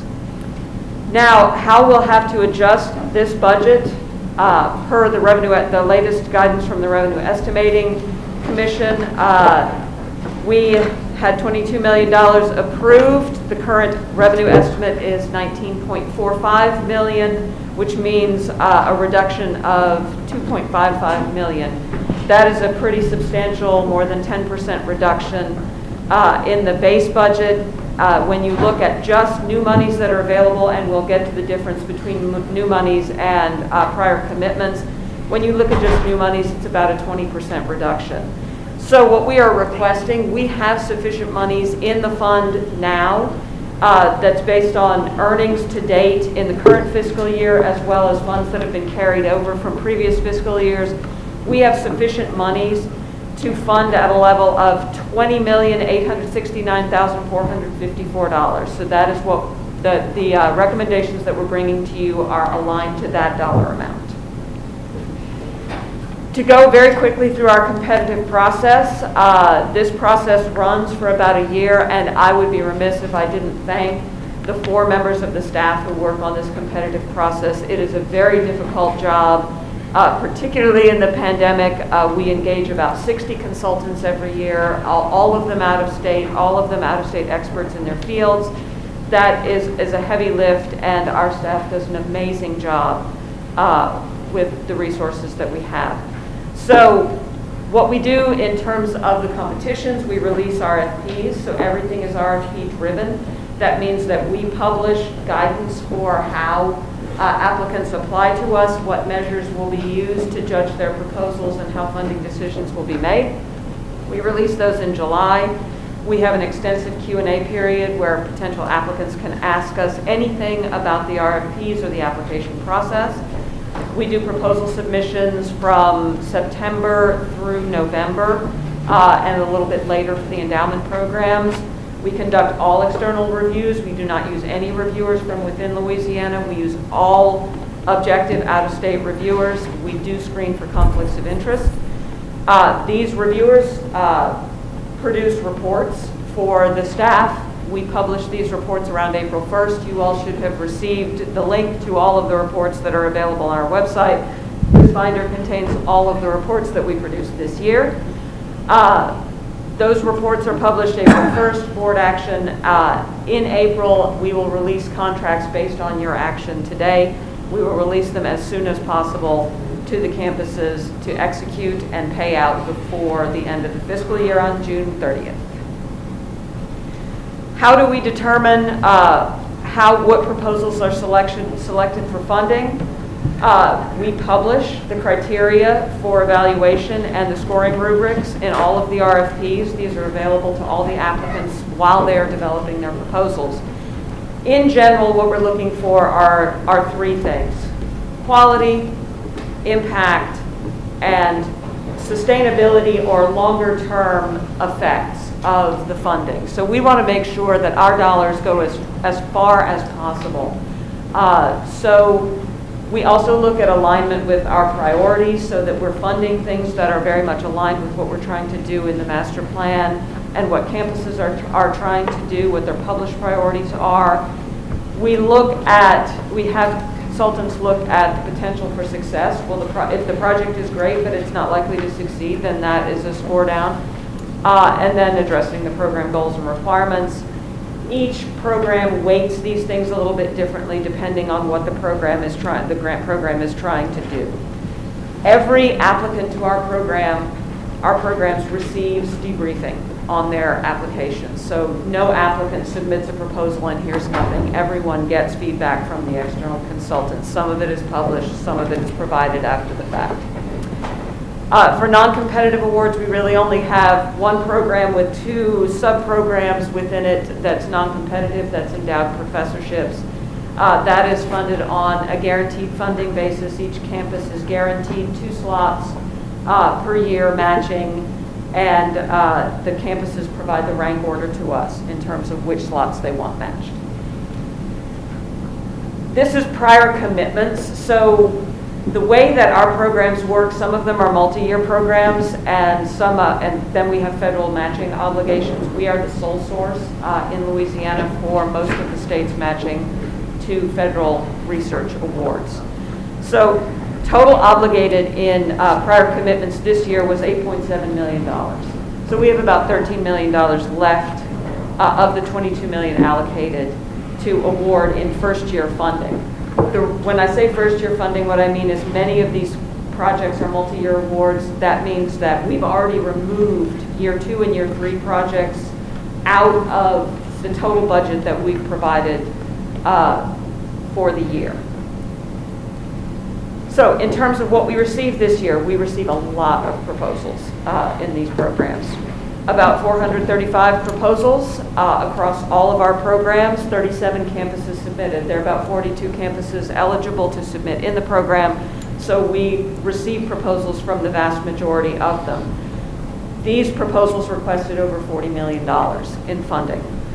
In terms of what we can recommend, we have the funding to recommend about $10 million, so about 25% of what is submitted to us across all programs we can recommend for funding in terms of competitive programs. This just gives you a bird's eye view of the competitive process. So 16% of the dollars, 138 projects, so 32% success rate. That's not bad. That's much better than the federal success rate in terms of projects. But you can see these funds are very broadly distributed. 84% of the campuses that submitted competitive proposals to us have been recommended for funding for 1 or more projects. In terms of the endowed professorships, the success rate is even better. 41% in terms of money, 48% of the slots that were submitted can be funded because it's a funding guarantee program. All of the campuses that submitted will receive funding. In terms of what remains that we cannot fund, that's $2.86 million for 76 slots, but only 3 campuses, and I would point out that 69 of the 76 slots that are remaining out there are at 1 campus. So those other 2 campuses have very minimal slots that are waiting for a match. They can submit those slots again next year and in any subsequent year to receive that match. There's not a one and done policy here. So in terms of what we're recommending, this is the breakdown by program for 210 projects recommended for funding for a total of $12,612,882 with 2 contingencies. If we have any funds refused, we do in some programs have priority 2 proposals. We will elevate those and go ahead and fund if there are funds available. And the second contingency, if we end up having to take a reduction, we will reduce on a pro rata basis across all of the competitive programs in rank order. So we will ascend the rank order to take those reductions. We do not expect reductions, as I said. We have the funds in our accounts now. So with that, the staff recommendation is to approve the funding recommendations with contingencies as presented, and I'll be happy to answer any questions. Thank you, Carrie. Before we entertain any questions, I'd like to have a motion to approve the support plan and budget for fiscal year 2021. Is there a motion? Second. Is there motion by Regent Meyer, second by Regent May. Are there any questions? Any questions? Regent Temple. I heard you say during your presentation that there are some programs that may be great but they might not succeed. They're unlikely to succeed. Random question, but could you give me an example of a program like that? Sure. So we might get a proposal, we have in the past, for a program that we will provide up to 3 years of funding. They plan to use the funding to hire 5 full-time faculty members. If there's no sustainability plan, that can't succeed. Right. So that's the kind of thing that we're talking about, where the idea is great and the impact would be tremendous, but the sustainability plan isn't there. Okay, gotcha. Thank you. Are there any other questions from the Regents or any members? And I'd like to thank Carrie. You and the staff do amazingly tedious and communicative work on this committee, and I thank you. I think I know when I chaired this committee last year, I was always amazed at the time and effort and commitment it takes to communicate with everyone that's presenting proposals for funding. And I want to commend you for that and for the follow-up work that it takes to debrief them as to whether they receive the funding or not and why. So thank you very much. And with that, all in favor, signify by saying aye. Aye. All opposed, same sign. Thank you very much. The motion passes. Is there any other business to come before this committee? Hearing none, is there a motion to adjourn this committee? Motion by Regent Meyer. There's a second by Chair David. Thank you. This meeting is adjourned. Thank you. We'll now move to our next committee, the Planning, Research, and Performance Committee. And Regent Perez, you did such a good job last time. We're going to let you do it again. I'm just beside myself. Thank you, Mr. Chairman. Thank you. Thank you. I'd like to call the Planning, Research, and Performance Committee to order. Dr. Craig, would you please call the roll? Regent Perez, Here. Regent May, Here. Regent Finley, Regent Levy, Here. Regent McDonald, Here. Regent Pryor, Here. Regent Sterling, Here. Regent Weil. You have a quorum. Thank you, Dr. Craig. We'll move on to item number 3, the consent agenda items, please. Yes, this morning we have one conditional licensure application as well as 4 renewal applications today. The first item is the Business, Humanities, Science, and Ethics University, USA, which is located in New Orleans, Louisiana. The institution is seeking a 3-year conditional state license to allow sufficient time for them to seek the Distance Education Accrediting Commission candidacy and accreditation. This institution plans to offer 100% online instruction to Louisiana residents. In addition, we have 4 renewal applications for licensure. The Baton Rouge General Medical Center, School of Nursing, and School of Radiologic Technology in Baton Rouge is accredited by the Accreditation Commission for Education in Nursing and Joint Review Commission on Education Radiologic Technology. Baton Rouge General Medical Center offers instruction and laboratory instruction at their North Boulevard site here in Baton Rouge. Next, from Bellevue University, which focuses on adult education and educational outreach.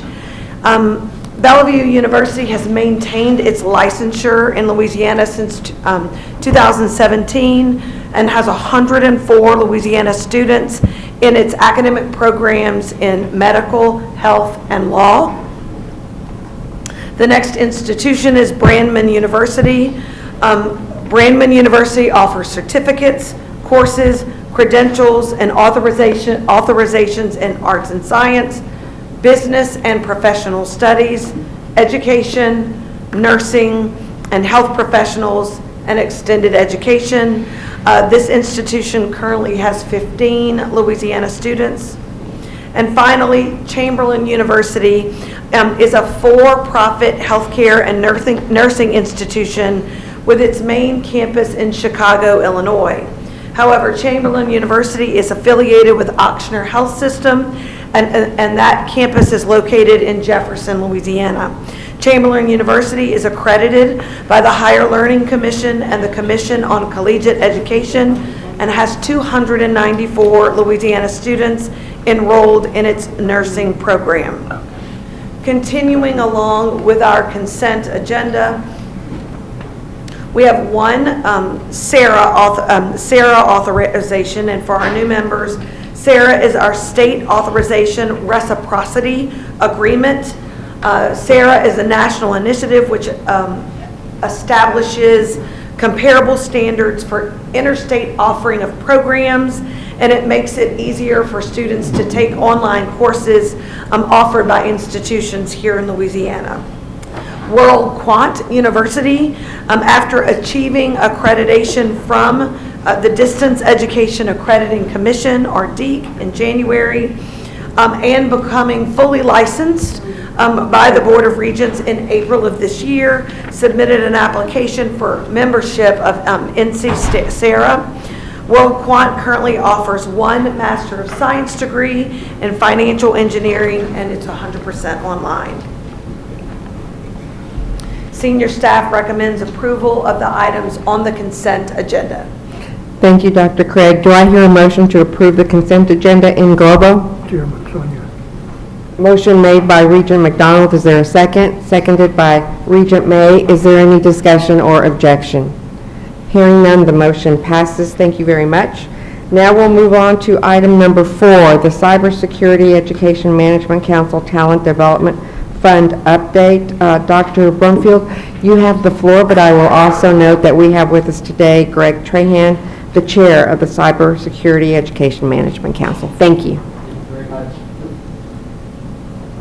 Thank you very much, Regent Perez, and I would also add that Ms. Susie Shawin has joined us as well. She serves as vice chair for the council, and I would like to thank them both in addition to your gratitude expressed. I won't spend too much time on this, but I would like to, if you would like to, we have placards for... We have, seats for Greg and Susie on this table. Thank you. Terrific. And so I will defer to the bullpen in the event that there are any questions that they share expertise on that they would like to address. Cybersecurity is not my field of expertise, to say the least. So thank you, Regent Perez, and I'll just launch right into this. As you know, the master plan does identify the need to double the number of completers on an annual basis that earn a credential of value in the state. This was something that was alluded to by President Sullivan earlier. This council and the fund that is supporting the work of this council lends to doing that. In 2020, through legislation by Senator Abraham, the Cybersecurity Education Management Council was established in addition to the Cybersecurity Talent Initiative Fund. This fund received $1 million in one-time appropriations to support the work of the Cybersecurity Education Management Council in developing and enhancing cybersecurity education across the state. In the legislation, it is incumbent upon the council to be able to provide to the board the advisement and recommendations as those funds are distributed, as well as any work that is involved with expanding cybersecurity education. So just kind of give you a high-level overview of what the council does and what the fund is intended to do. Specifically, the fund, let me switch to our next slide here. So the fund that's created provides a repository for both public and private financial support for the development and enhancement of cybersecurity programs. And the focus really is on meeting the growing demand of cybersecurity workforce and skill development across the state. As part of this process to engender and expand development of cybersecurity education and to distribute the funds that were made available to this effort, a request for applications was developed by the council and posted for response by the public post-secondary institutions. So I think it's important to note that public post-secondary institutions were the focus of this endeavor. So it did require applications to detail a number of different things which may be of interest to the board. This would include such items as the potential number of graduates, completers within those programs, participation in mentorships, internships, externships, apprenticeships, all kinds of ships, I suppose. And to overall be able to report back to the board from this effort the job offers that came to students by way of these resources, as well as engagement altogether by students as it regards cybersecurity education.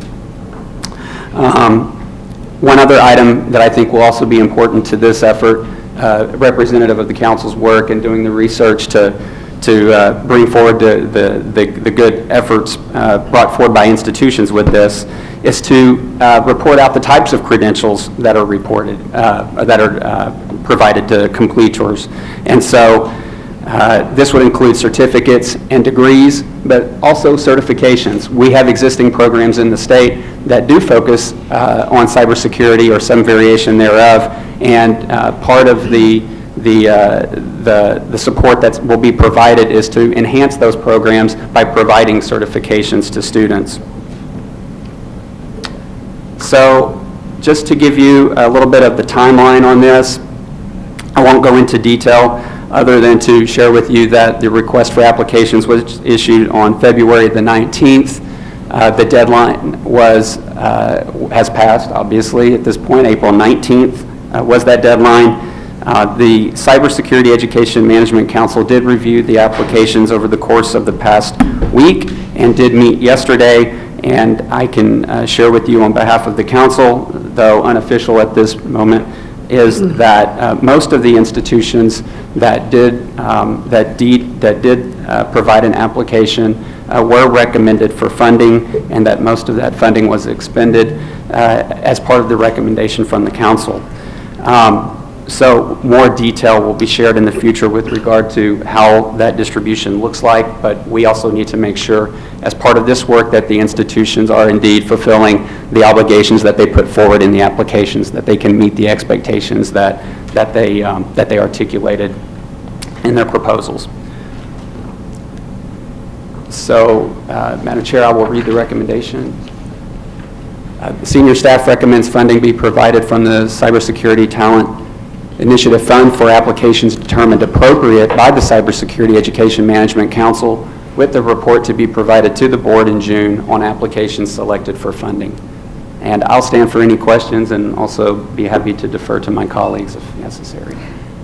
Do I hear a motion for approval that the recommended funding be provided from the Cybersecurity Talent Initiative Fund for applications determined appropriate by the Cybersecurity Education Management Council, with the report to be provided to the board in June on applications selected for funding? Is there a motion? I see a motion from Regent May. Is there a second? Regent Levy seconds the motion. Any questions or discussions? We have some great experts before us today. Regents, if you have any questions, we welcome them at this time. No question? So given, yes. I just wonder, I don't have a question, but Regent Perez, I think you might have been also heading this direction. I'm just wondering, since we have the chair and co-chair here, if they could speak to the kinds of innovative solutions that we see and why, Susie Shalwin, why this matters for our economy as we think about education to employment. Could you share a bit about that? Sure.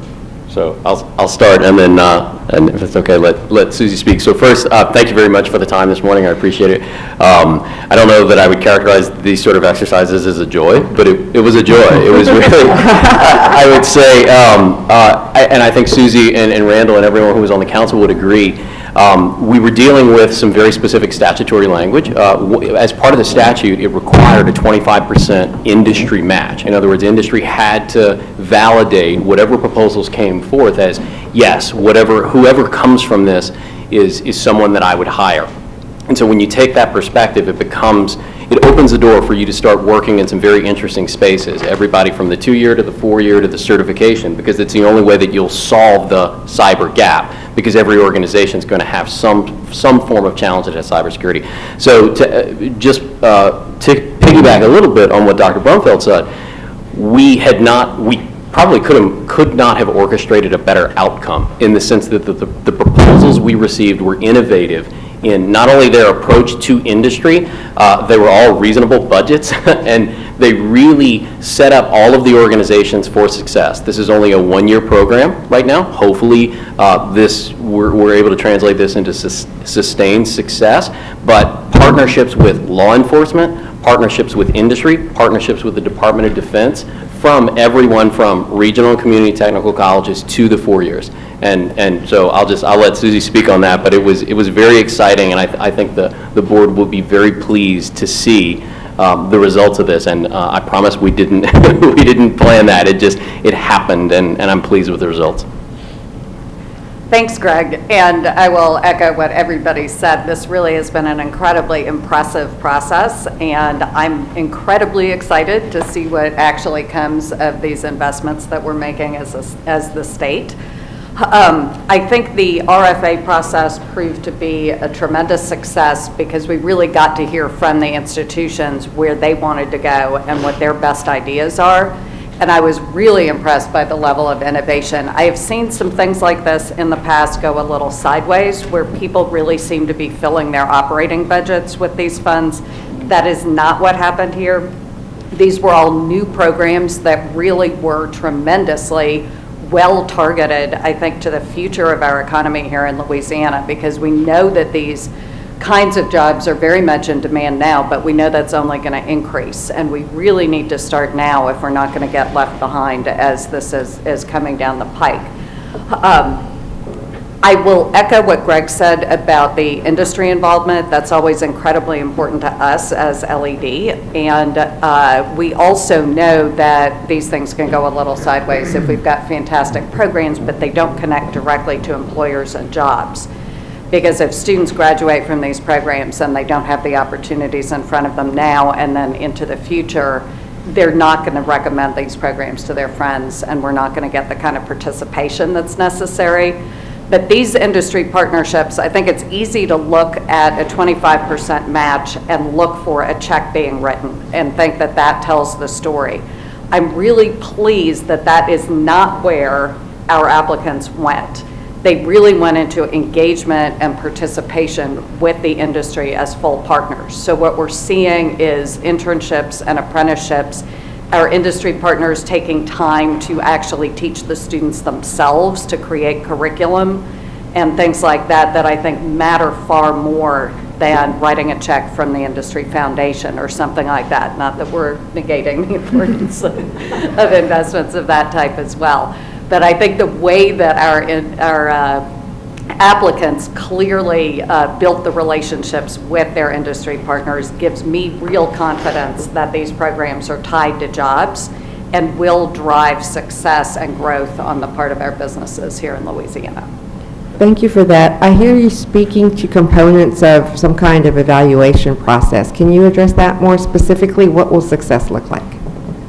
Sure. So the statute says the statute makes it very clear that in order for this to be measured and to be successful, it has to put specific metrics in place. The metrics of the statute are jobs. That admittedly was a challenge for a number of our institutions because their job is not to create jobs. They just produce the candidates who fill those jobs. So the metrics we saw ranged from actual numbers of internships, numbers of interviews, numbers of students recruited. Every applicant had to provide not only an exhaustive list of the metrics that they intended to measure, but also the methodology by which they were going to measure those metrics. So this could not simply be, we had a couple of career events, although that was part of the metrics, but the primary focus is jobs. There's a very high ROI, if not in dollars, certain in jobs. To be able to point to within, at the end of a year, these applicants and these proposals produced X number of candidates who were industry ready and certified. And to Susie's point, you had industry saying, yes, I would absolutely hire this individual because they satisfied my requirements. So the metrics were a core part of our rubric and a core part of our evaluation, in addition to all the normal evaluation things you would take into consideration, such as budget and narrative. Thank you. So I will make one final comment, and I think Randall would say this. The other remarkable part of this exercise, and I believe Susie would echo this, there was consensus. There was, the moment the applications came in, we had everyone from Louisiana Chemical Association to every institution, and everyone took a fair assessment of it, and we all came back, and there was the meeting. We had to deal with one potential issue. The top 7, unanimous consent. I mean, just everyone agreed. This is remarkable consensus. There was no infighting or anything like that. So it's great. I wish all evaluations were that simple. That's great. That's great. Is there any other insights that you'd like to share with us today? From either of you? From anybody at the table? No? All right, any other questions from the Regents? No, thank you. We had a motion and a second. Were there any other questions, any further discussion? Hearing none, the motion passes. Thank you very much. Thank you. Next is item number 5, the Student Success Council Quarterly Report from Dr. Brumfield. Thank you, Madam Chair. I will begin by saying and reiterating my gratitude to my colleagues for being here today. So thank you. Thank you, Dr. Craig. I appreciate that. Need to stay on track with my PowerPoints here. Thought I've had plenty of practice up to this point with Zoom. Okay. All right, so for the Student Success Council Quarterly Report, I will first acknowledge the service of Regent Vadrine to the Council. Thank you for your participation and efforts. Certainly it goes far from the student perspective, but also for the board as well. So thank you for your contributions to the work of the Council. As you may recall, the board members that were on the board at the time in January, we did staff did bring forward to you the establishment of the Student Success Council. The work of the council is really to help identify issues and obstacles and to develop solutions, be it in practice or policy recommendations for helping students, current students, future students, adult students, students from all walks of life to be able to be successful in a post-secondary career and to be able to earn the credentials necessary to help Louisiana prosper. And so having the work of the council be formed through the lens of students, practitioners, faculty, those who are in K-12, those who work with economic development and the Department of Education and so forth, really help identify some of those issues and solutions and collaboration all together. So just to kind of give you a very brief overview, the first meeting was convened of the council on January 27th, and Commissioner Reed provided an overview of the master plan for the council, and we also looked at different data that suggested where we have gaps within the K-12 to post-secondary pipeline, student matriculation from high school to college, whether it be an academic or technical program, something along those lines, all forms post-secondary. And so we looked at data. We also looked at how we can best organize the work of the council. And so in doing so, we think about equity gaps and we think about how do we best serve all students, again, going back to students from all walks of life, and how we can best meet the needs of each population along the way. And so we really looked at, with our partners from HCM Strategists, and specifically I'll recognize Dr. Toya Barnes-Teamer and the work of her team in helping pull this together, is to look at 3 different areas of committee work. And that includes students, focusing on students that move from the K through career pipeline, particularly from high school to post-secondary, and how we can best support their needs across the state. We also look at supporting adult learners and the unique needs, such as, again, President Sullivan alluded to earlier, how do we best support them, whether they're at a 2-year institution or a 4-year institution. And also looking at how do we help students that are continuing in college or that are looking to re-engage in college to either pursue that are in pursuit of a program or looking to reskill or develop a credential or earn another credential beyond the one they already have, so to advance their education. And so those are the three buckets that we're really looking at through the committee work with the council. I would also, in terms of the commitment from the agency to supporting this work, we do have staff liaisons, a few that are in attendance today that I would be remiss if I didn't recognize them as well for supporting the efforts of each committee. So those are just a couple of items that I would share with you to this point with some of the work that has been going on, and that these subcommittees do meet in between each quarterly Student Success Council meeting. The dates before you are those that are remaining for the year. We did have a meeting yesterday. It went very well. I will report out, though, sort of a sneak preview for the next quarterly report to the board is that we focused on student success through an equity lens and developing action steps within our subcommittee breakout rooms during that meeting. So we'll have more on that to report in August, but as it stands, we'll have a report on August 25th with our next Student Success Council meeting on July 27th. And that concludes this item. Thank you. Dr. Brumfield, do we have any questions regarding the program? Yes, Commissioner. No question, but I just want to share for the good of the group how pleased we are with the council.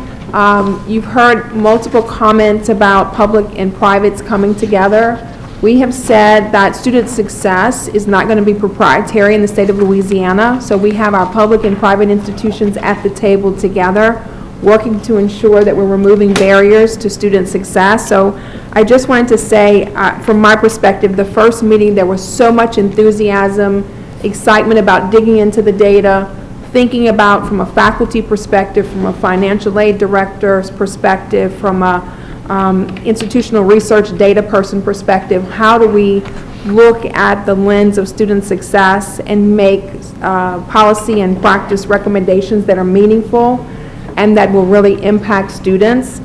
So I anticipate we're going to see great things from that council, but I just wanted to share that we've had other states ask us about the council and really excited that we were able to bring public and private institutions together to do this work. Thank you. Thank you, Commissioner. I do have a question, though. Are you starting from a baseline of information, or is the information being brought to the council by the participants? Great question, Madam Chair. I would, so we bring forward data at every subcommittee meeting, or at least we intake the questions they have that are premised on needing a data report or some type of feedback. So we do have a mechanism by which either we're reporting out or taking data requests to be able to share back out with the committee. So we do provide some baseline data, such as we did with the first council meeting, so that way there's context as to what the concerns and issues are across the state. So we do help illuminate that conversation with the numbers nonetheless. Great, Yeah. thank you. Thank you. Any other questions from the members? Thank you. Is there a motion to adjourn? Thank you, Dr. Brumfield. Is there a motion to adjourn? I see a motion from Chair David. Is there a second? Second by Regent McDonald. Thank you very much. This meeting is adjourned. Thank you both. All right, thank you all. That concludes our committee meetings. We are racing ahead. We're a little early, so our early lunch will be a little bit earlier, right now at 11. And with no objection from our members, we're going to come back at noon. Our notice gives us 30 minutes of leeway. So we'll start our meeting at noon after our 1 hour lunch/brunch.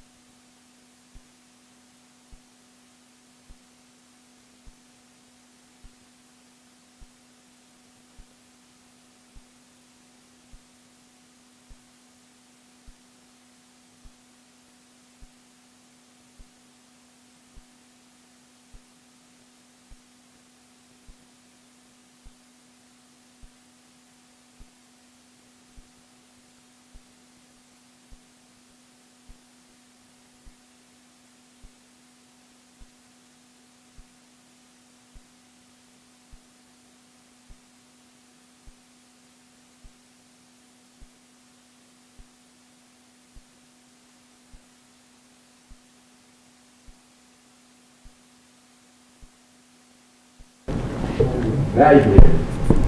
All right, call the April meeting of the Board of Regents to order. As a reminder, the meeting is currently being live streamed. Members also remember to speak directly to your phone so people watching online can hear you clearly. Christine, will you please call the roll? Regent David, Yes, here. Regent Ewing, Regent Finley, Regent Levy, Here. Regent May, Here. Regent McDonald, Regent Meir, Present. Regent Perez, Regent Pryor, Regent Solomon, Regent Sterling, Here. Regent Temple, Here. Regent Seal, Here. Regent Vadrine, Here. Regent Weil, and Regent Williams Brown. We have a quorum. Thank you so much. Next item on the agenda is for public comments. Christine, has anyone signed up to make a public comment? No, sir. Okay, we'll move on to the approval of minutes from March 24th, 2021. Members, you received a copy of the minutes for the March meeting. Do I have a motion to approve the minutes of the March 24th, 2021 meeting? Regent Second. Temple moves, Regent Perez seconds. Any objection? Hearing none, the motion passes. Next, I guess I'll talk a little bit. Again, Regent Sterling, welcome for those who work here for the committees and for your swearing in to our full board. And I would like to, like my predecessor, recognize Regent Vadrine to tell us the student update, please. Again, good. Yeah, you're on. It's on? Uh-huh. Okay. Good afternoon, everyone. Again, on April 10th was a bittersweet moment for all of the student body presidents in the state of Louisiana as we gathered together for our last COBS meeting. So at this time, I would really like to thank Ms. Nikki and Mr. Harold and of course Ms. Aaron for all of their hard work and dedication to the COBS and also all of their leadership and support throughout our entire term, and we want to thank you all. I also want to recognize LDH for allowing us to have a partnership with them throughout this entire academic school year, and we're excited to say that we will be continuing this partnership with our successors within all of the campuses. Texas Instrument, I've been having conversations with them in regarding to the ACT prep so that we're able to get that on all of our campuses in the state of Louisiana. So we will be meeting with all of the new incoming SGA presidents in reference to getting the ACT prepped on their campuses. And as we approach the final days of the semester, I do want to say that our students have been enjoying these last final days, as a lot of our presidents have been putting together some events to bring them back to some sense of normalcy, especially preparing them for finals. So we're really excited about that. And as we continue to push forward, we're encouraging our students to continue to do what's best for them for all of their academics. Thank you so much. And Julie, Regent Vadrine didn't mention it, but tomorrow is your last exam, correct? Yes, sir. So congrats on He said they're very happy.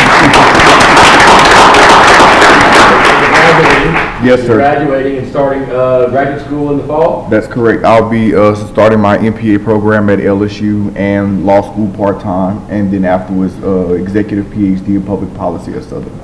Wow, that's amazing, Cameron. Thank you so much. Thank you. And again, Regent Sterling and also Regent Williams Brown, thank y'all for being here. It's nice to have us all together in person. I know this is both y'all's first in-person meeting, and it's been about a year for the rest of us. Members, last year about this time, we recognized Dr. Virgil Orr of Ruston and his wife on 75 years of marriage and many decades of good deeds, including time as the Dean of College of Engineering and Science and later Vice President of Academic Affairs at Louisiana Tech University, and as a member of the Louisiana State House of Representatives. Dr. Orr was also very instrumental in helping Regents to set up the 8G Trust Fund by enlisting qualified reviewers for faculty research proposals.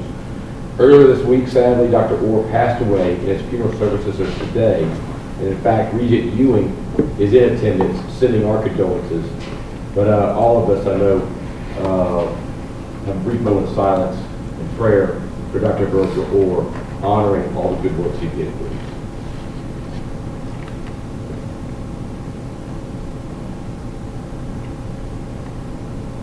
Thank you, members, I appreciate that. I would be remiss if I didn't start by acknowledging that this is our first in-person meeting. We talked about that a little bit, where we were a policy and coordinating board full of robust personalities and experiences. I loved talking and bouncing things off y'all at lunch and just learning about your personal experiences. It's the last time we got together. I think we do our best work when we're here in person. We can hear these speakers speak to us in person and receive that. Hopefully we continue to do that helpfully. So welcome back. I like this change. We do have a new member of the Regents Executive Committee in Regent May. Thank you so much for agreeing to join us. We're excited to have his leadership and experience as the CEO of Entergy Louisiana, adding him to our leadership team. Members, can I get a motion to approve Regent May's appointment to the Executive Committee?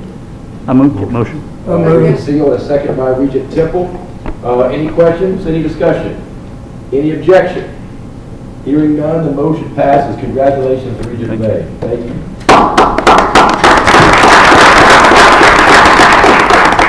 Is Victor, all right, we got Victor here. So now we can, we're going to actually swear you in. You can go on down there, Regent May. Victor, what's your hourly rate? I did it earlier. What's your hourly rate?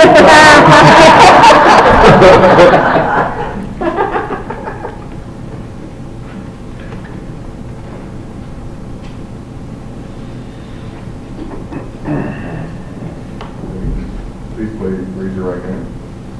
I state your name. Do solemnly swear that I will support the Constitution and the laws of the United States and the Constitution and laws of this state, and that I will faithfully and impartially discharge and perform all the duties incumbent upon me as member of the Executive Committee of the Board of Regents, according to the best of my ability and understanding, so help me God. Welcome aboard. Thank you.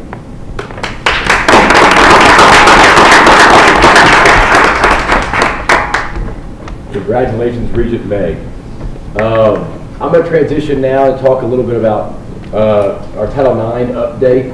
As we discussed in our last meeting, as a policy board, constitutionally, we have limits in what we can do, working with our systems and our universities with the current issues we have with Title IX and LSU and other schools. And so what we did was we issued a letter and asking them to send us information. And as you heard in the legislative update this morning, there are several bills moving through the process of the legislature focused on this issue, and specifically the need to marry strong policy with accountability, training, and transparency. Each bill has a heightened role spelled out to the Board of Regents, empowering us to do more, or asking us to do more, to ensure that our colleges are safe campuses for everybody. As you know, we sent a request for information to all the management boards, board chairs, and system presidents, seeking their response to a list of very specific questions regarding compliance with Title IX, the Clery Act, and the Uniform Policy on Sexual Assault Compliance, which were all due by April 9th. Everyone complied with our request. They sent us all this information timely. We received almost 500 pages in response. And while the information is undergoing a thorough analysis, you have in your folders a summary of the initial findings, these manila folders in front of you. All systems have shared their policies, system or campus sexual assault prevention and awareness programs, campus Title IX office locations and staffing, and campus points of contact for reporting sexual harassment and assault. Each campus reports having 2 or more confidential advisors as required. 9 campuses report that they do not currently have active signed MOU with local law enforcement. All 9 report they are re-engaged in getting signed MOUs as we speak. And we have a list of those 9 in that book. 1 campus reports not having a task force to address sexual misconduct as required. The campus is currently identifying initial members to serve in that task force. That's the health center in New Orleans. Several campuses report the need to re-engage their task forces due to staff turnovers or COVID-19 campus impact. All campuses have shared lists of support services they provide to sexual assault complainants. as reported by the system. Looking ahead, Regents is continuing our internal review of this data information, along with the planned training opportunities ahead, and we'll be providing information to the legislature and others as needed. It's Regents' goal to use this comprehensive review to strengthen the policy environment at our colleges and universities in Louisiana, while we recognize the need for a combination of robust education and prevention efforts with sound policy implementation, enforcement, and accountability. Educating students in a safe learning environment is clearly our top priority. And one more, I guess, Kim, do you have anything to add to that before I move on the Title IX? Thank you, Mr. Chairman. Members, as our chair has stated, we are actively engaged in the analysis of the information, certainly serving as a resource to the legislature, and certainly engaging with our systems and campuses. You will see that Regents is being asked, for example, to ensure that management boards and the Board of Regents members receive Title IX training, so that when we have up the ladder reporting, that we are looking at information and aware of what the requirements are. There are a couple of bills that require individuals who fail to report Title IX issues or file false information that they would be terminated. And there is a lot of, as was mentioned, training and accountability in the legislation. So we've heard from some very courageous students who shared their stories. We certainly have heard the legislature very clearly. They expect us to engage and do more and ensure that students are safe. And so we are fully engaged and committed to making sure that we are learning from systemic failure and that we are bringing all parties together to ensure that we are getting better and getting better quickly. Thank you, Mr. Chair. And thank you, Commissioner Reed. And I think our letter was, the legislature received our letter as well, and they've appreciated us having this information to share with them as well. And I'd be remiss if I didn't mention that Commissioner Reed, I think, has testified at least twice in hearings on these issues, and has been to many more hearings on these issues, and has really represented us well. And it's moving this thing forward. That's what we need. We need to do better on all facets. I have to remind y'all too, guys, it's really important to do your financial disclosure forms with the Board of Ethics. They're due, was it May 15th? May 15th, so fill out your forms and do that. It's not that hard to do it, but if you don't do it, you can get in trouble. So Christine will be on top of you. Please give her confirmation that you did it by May 7th, so she won't be hounding you so much. All right. Let's see. Chandler, you're going to be here for our June meeting, right? Yes, sir. We'll get to applaud you again. And congratulations on you moving forward. Next, our master plan, improving affordability. Our master plan spotlight members. Every month we take a deep dive into the strategies and objectives Regents has identified to get us to our master plan goal of doubling the number of credentials in our state by 2030. This month our focus is on improving affordability, as we discussed earlier. And I'm going to turn this over to Commissioner Reed, but I know Regent Sterling, you're new here, we talked about it a couple weeks ago. If y'all haven't looked at it again, go look at our master plan and the updates and some of the dashboard tools we have on our website. It's really neat to see where we are, and it gives us the metrics to measure how we are, how we're doing in achieving our goal. Moving forward. We're already in 2021, so here it comes. Go ahead, Commissioner Reed. Thank you so much. I'm sorry that Regent Ewing isn't here today because he's been such the cheerleader for the question of affordability, but I know that he will get caught up on this. So thank you, Mr. Chairman. You know, you've heard us talk so much about our master plan, adopted in 2019, focused on more than doubling the number of credentials in our state, and we know that if students can't afford it, they can't achieve it. When we think about affordability right now in Louisiana, we certainly think about our GO grant, and excited that the governor's executive budget proposes an $11 million increase in need-based aid at a time when people really need that support. You heard Dr. Sullivan talking about the Murphy J. Foster Promise Program, an adult financial aid program that will help our state, Louisiana, where 1.1 million working adults have a high school diploma or less as their highest credential pre-COVID. So how do we support adult financial aid in a robust way? And certainly, we know that you heard us talk about, and thank you for your support of dual enrollment, because we know when students go to college and high school, it's more affordable, and they continue on a pathway early. So all of that collectively is important to us. We thought it was an important moment for us to really look at the GO grant, and really appreciate HCM strategists partnering with us to really take a close look at the GO grant. And Dr. Rachel Sharp is with us, and she can come to the table to present a GO grant affordability study. Dr. Sharp has spent over 15 years with the state of Washington's higher education state agency, the Washington Student Achievement Council, where she helped to expand state need-based aid, develop an affordability framework for policymakers, and increase educational attainment. She's previously worked 15 years at 2-year and 4-year campuses in college access, admission, and financial aid, so she knows this topic well. And we really are grateful that she has taken the time to do a deep dive on Louisiana's GO grant. So she has a report and recommendations to share with you. So Dr. Sharp, thank you for being with us and sharing your expertise. Thank you. Thank you. Is this working okay? Great. Thank you for the opportunity. I've been told I could remove my mask for the presentation. I am double vaccinated, so it's a pleasure to be here. Also, my first in-person meeting since COVID began, so it's a pleasure on many fronts. I've really enjoyed this project, and thank you. Is that better? A little bit louder. Okay.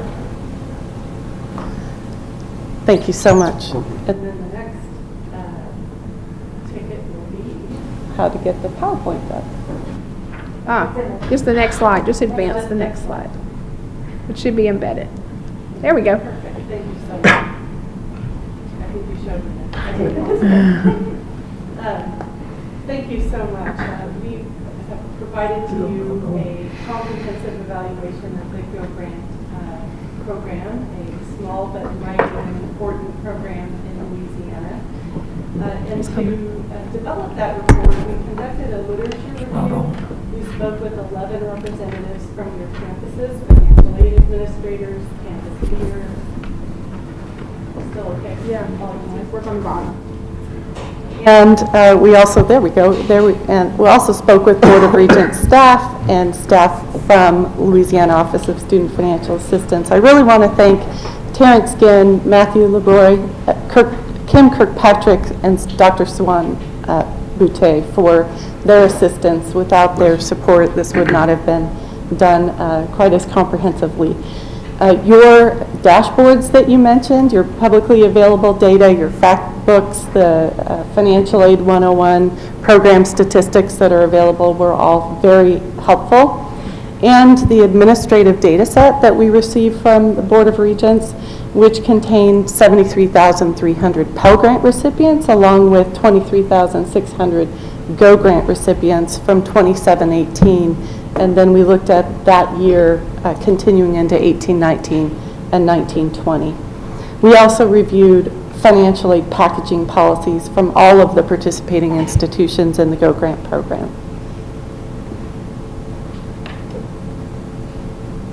You mentioned Louisiana Prospers, your report that is so critical in terms of context for affordability. I'll go through this very quickly because I know you know this well. But that report really makes an important case for the role that financial aid plays in supporting students. And prior to the pandemic, as you know, Louisiana has been inching along, reaching 47% with a certificate or higher as progress toward your goal of 60% of working-aged adults. But we see uneven access to higher education and opportunity to compete for family-sustaining jobs. Looking at associate's degree or higher across the regions in 51 parishes, the majority of working-aged adults, over 70%, are without some sort of post-secondary attainment. And those parishes are 40% of Louisiana's population.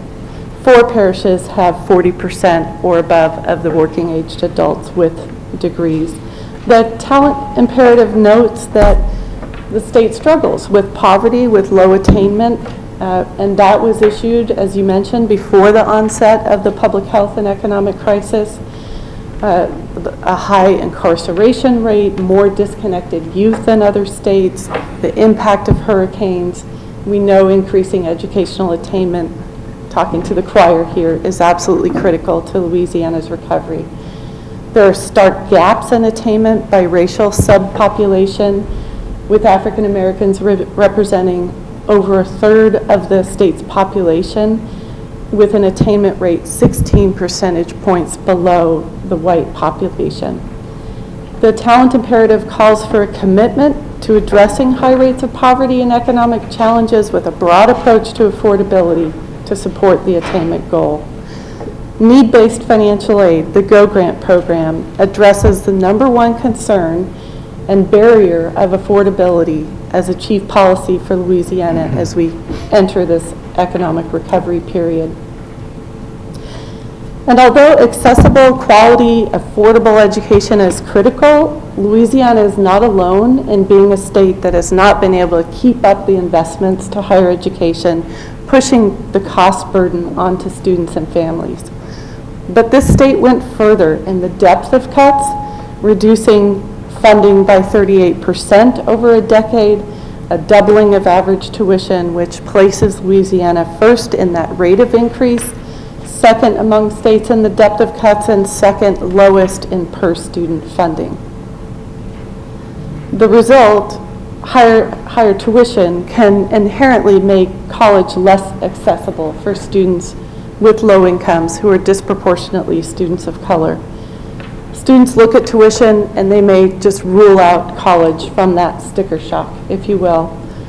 Even though the public four-year institutions enroll the majority of students, the tuition rates are more than double the community and technical colleges, and the four-year institutions enroll a lower proportion of low-income students as measured by the Pell Grant. So declining investments drive up tuition, and lower rates of low-income students are enrolling at the higher-cost institutions. The role of financial aid is critical to offset those tuition increases. We know grant aid positively impacts enrollment, persistence, and attainment, and need-based aid specifically improves enrollment intensity, persistence, choice of major, and completion. And while it did decline, the state subsidy is the largest portion of your higher education investments and can really serve as an invisible scholarship as it holds back tuition increases. While the subsidy is more than financial aid, Louisiana prioritizes financial aid more than other states. 1/3 of your higher education appropriations go to financial aid, which ranks Louisiana third in grant aid per undergraduate enrollments. And of course, the lion's share of that funding is the TOPS program, your flagship financial aid program with GO Grant, the second largest. Among those top states, top 15 states with funding to financial aid, only a few are focused on mostly merit funding, and the GO Grant is the smallest need-based program among those states with the lowest per student award amount. The GO Grant has been serving students since 2007, and with possible new investments and the last review of the program about 10 years ago, this evaluation seems well-timed. The GO Grant funding in total has nearly doubled since it was created. After a few initial important increases, the program did hold flat in its funding for an 8-year period. And with some recent investments, of course, the proposal that you mentioned of $11 million. With campus-based award policies, the number of and flat funding, the number of students served fluctuates from year to year, with a swing of about 13,000 students with similar funding, served with similar funding. And while TOPS is designed to cover tuition, the GO Grant offers a supplement to the federal Pell Grant program for Louisiana residents with a priority to adult learners. The program has many strengths, including flexibility for institutions to adjust the targets and policies within state requirements. The consistency of funding of the program has been a strength, the focus on adult learners, and the fact that it serves a diverse population with the average age of 26 and 49% of students are African American. In our data file, the majority of Go Grant students attend four-year institutions, and 61% are continuing from a prior year. As you might expect, a higher proportion in the four-year colleges are continuing, 65%, versus 49% in the community and technical colleges, where students might be pursuing shorter-term programs or stopping out, which is affirmed by a higher portion of readmitted students after a break in enrollment attending community colleges. Higher grant awards are associated with improved persistence, and we found that in our data file. 3 in 5 of Go Grant students are first time, and among those first time students, half remained enrolled, 54% in the third year. Go Grant students that were first time students persisted at 6 percentage points higher than the Pell Grant students that did not receive the Go Grant. There's a greater impact in the community college and Southern university systems with 12 and 15 percentage point increases, respectively. So students with higher awards had higher rates of continuing into the second year as well. For example, 1,700 Go Grant first-time students with the maximum Pell Grant and an average Go of $1,300, 67% persisted into the second year. A key design feature of the Go Grant program is the flexibility for campuses to determine priorities within state guidelines. It's what we might refer to as a decentralized program, where campuses receive an allocation and are provided guidance within state requirements and are then able to identify and select and award Go Grant students on the state's behalf. Campuses who were interviewed shared their perspective on which students are important to target, and that varied from campus to campus. From their perspective, that flexibility is a key strength. This PowerPoint is in your packet, so you can read those quotes. I realized I was not advancing slides. I apologize. The interviews and campus policies revealed the details of additional criteria that institutions are using to select Go Grant recipients. Several expressed their belief that the program is intended to serve those who are not receiving the maximum Pell, and that primarily existed that belief existed primarily in the two-year colleges. Others believed Go Grant is best targeted to the very neediest of students who have a zero contribution, and that Go Grant and other aid will combine to cover the other costs beyond tuition. Only 2 campuses from our review required full-time enrollment for the initial award. Several noted a deadline, but many are first come, first served for students who meet the priorities. One campus noted a separate application since it is a limited fund source. That was the method they used to select students. Some ensure transfer students and re-entering students are treated on an equal basis as freshmen, which is required. Others take that policy and prioritize mid-year transfer students, although noting it's sometimes a challenge to identify who those students might be who has previously received a Go Grant. You can see the impact of those differences in campus policies reflected in the variable average expected family contributions. They are lower among the University of Louisiana system, which tends to prioritize the neediest students, and generally higher among the two-year colleges, which tend to prioritize higher EFC students. Another impact of campus-based policies and the 60% target that is required is that students are not receiving the full benefit of the maximum Go Grant award. The left chart shows the award maximums by system. The program maximum set by the state is $3,000, but 13 campuses are following that maximum award, and less than 2% of students in 17-18 received the maximum award. Now we know part-time attendance is allowed, so that will be a factor as well. But institutions are required to reach students who have the most financial need, but cap that financial need which is all of the costs, not just tuition, but other costs, subtracting the family contribution, and then cap that need at 60% with grant aid or gift aid. That limitation and the campus-specific award amounts leads to the lower award averages that you see. And Go Grant students are borrowing. 77% of Go Grant recipients borrowed an average of $5,500 in the year, and for those who borrowed, that was $7,700. That said, they all are also receiving other gift aid besides the federal Pell Grant and the Louisiana Go Grant. That includes the federal Supplemental Educational Opportunity Grant, state grants, unfunded grants, or what might be referred to as tuition discounts or waivers. That range from $4,700 in the LCTCS system to $9,900 in LSU system.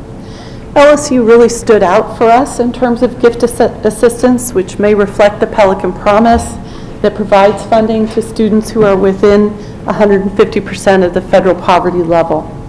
Overall, a third of Go Grant students receive TOPS at $6,800 for those TOPS scholars. This particular chart on the left, I know it's hard to see, but it is in your packet. We conducted this analysis both with our administrative data set, but it kind of stood out for us and we had some questions on it. So then we did it also with publicly available data from LOSFET and the Department of Education, the U.S. Department of Education, on their institutional Pell Grant data. And the pattern is the same. There was a few percentage point differences, but what this shows is that demand really outstrips the funding, and again, that variability in terms of how institutions are choosing to award the Go Grant, but also the allocation and distribution formula will have play a factor here as well. If campuses provided through their current policy the Go Grant to all of those Pell eligible students, we estimate it would cost an additional $50 million. So that $11 million would go a long way, covering about a fifth of the total need, again, at the current award levels.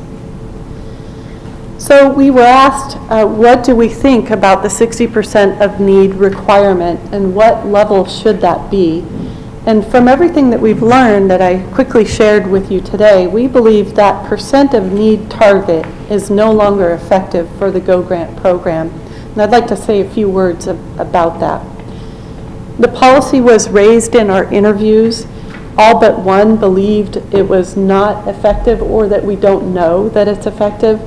Interviewees appreciated other state policies, primarily the focus on adults. Some commented on some administrative issues, specifically the need to recalculate awards if enrollment levels or additional scholarships are received at the 14th day of the term, and that's made more complex with that 60% requirement. It requires more adjustments. Financial aid administrators generally express concern about being limited in their ability to target funding. Again, the two-year colleges would like to focus on tuition. Four-year colleges are concerned about gaps to cover all costs. Some appreciated the intention to target those students that we'll say are in the middle, but they're still Pell Grant students, so it's not really truly middle income. But they do so by targeting higher EFCs and think that that can be done without the complexity of the 60% of need target. Others say it interferes with the ability to reach the lowest income students. That 60% was established in a 2011 study by Noel Levitz and the Association of Institutional Research. And that study reviewed a similar data set, but also with high school performance data. And they noted that high school performance predicted retention, and the Go Grant, combined with the federal Pell Grant, overcomes differences in retention, which is similar to what we found. And they specifically found the level of need met with gift aid is associated with retention. Ultimately, the award maximum was increased and the 60% cap was established. The Board of Regents reviewed aid programs about 6 years ago, and noted that that previous policy change was important to stretch dollars to more students, but there are still gaps remaining. With the increasing costs since 2011 without corresponding increases in the Go Grant program, the 60% now is actually rarely met. In fact, among the 2% of students that receive the maximum award, their average percent of need was 40%. The 60% was established based on data that increased gift aid is associated with increased retention and an assumption that it would be consistently applied. And yet there's so much variation across campuses. We find over time the variation in policies, the reduced awards, and the impact on administration makes this one-size-fits-all percent of need ineffective. It could also be seen as somewhat punitive to students who are both meritorious and financially needy, and perhaps act as a disincentive for institutions to offer their institutional aid or other discretionary grants to Go Grant students. So our recommendation would be to remove the target and allow campuses to increase awards based on their priorities. That, combined with some improved program awareness and communication, we think would allow for a more streamlined, more flexible, more efficient, and more student-centered program. Louisiana serves as a model, as you know, in increasing FAFSA filing through both your policy and your strong implementation through coordinated and consistent outreach throughout the state. And the TOPS program is well-known and well-understood, and the Go Grant could really take a page out of the TOPS playbook in terms of awareness and outreach. The Go Grant can be unpredictable and perhaps untimely, and therefore unlikely to impact decision-making for some students. We think Louisiana could perhaps leverage some more return on your financial aid investment with earlier information about Go Grant to help students decide whether to attend, where to attend, and what the key steps are to get there. For adults, you might consider linking the Go Grant to other public benefit programs to expand awareness at a minimum, but even maybe consider offering a small guarantee and coordinate the program and leverage other additional federal funding. What? I didn't hear what you said, a small... A guarantee, a small award, say $500, so that there is acknowledgement that that will be there for the recipient. So in summary, Go Grant is a critical program. It's providing support for low-income students, providing access to one of 38 public or private institutions, the coordination with the federal Pell Grant program, the flexibility for campuses are strong elements of its design. Most campuses achieve the objective of ensuring students are not over-awarded through their own award policies. Policies and procedures, there are a few policies and procedures causing some barriers or delays for students. And we know the program reduces the net cost to price-sensitive students. And you could, again, improve predictability through some policy adjustments and expanding awareness. Just this morning, the White House proposed free community college and increasing the federal Pell Grant by $1,400, student success funding, funding for reduced tuition at HBCUs, and that proposal has a long way to go, but it will be interesting to think about the Go Grant in the context of those changes as well. Thank you. Thank you so much, Dr. Sharp. I appreciate it. Just a couple of points, and then certainly happy to answer any questions or have Dr. Sharp answer any questions you may have.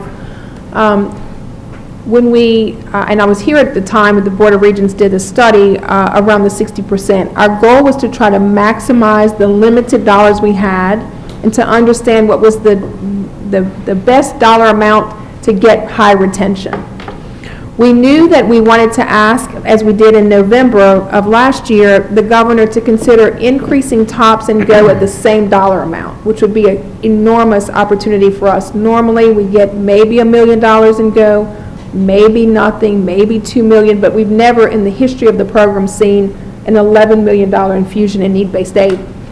So we knew this was a moment in time for us to look at the program, study the program, analyze it, so that in the event we got that infusion, we would have a robust study by which to say how to move forward. So we certainly know that no campus will over-award students. As Dr. Sharp has mentioned, we see that meritorious low-income students are being disadvantaged by the 60% target. And so I wanted to make sure that you are aware of these recommendations, which we certainly support, as we continue to focus on trying to make sure that we expand opportunity in our state. So with that, I thank Dr. Sharp, and I'll see, Mr. Chairman, if there are questions. Any questions from members? Well, thank you so much. I appreciate it. Members, can I get a motion to receive the report adopting the recommendations included? So moved. Second.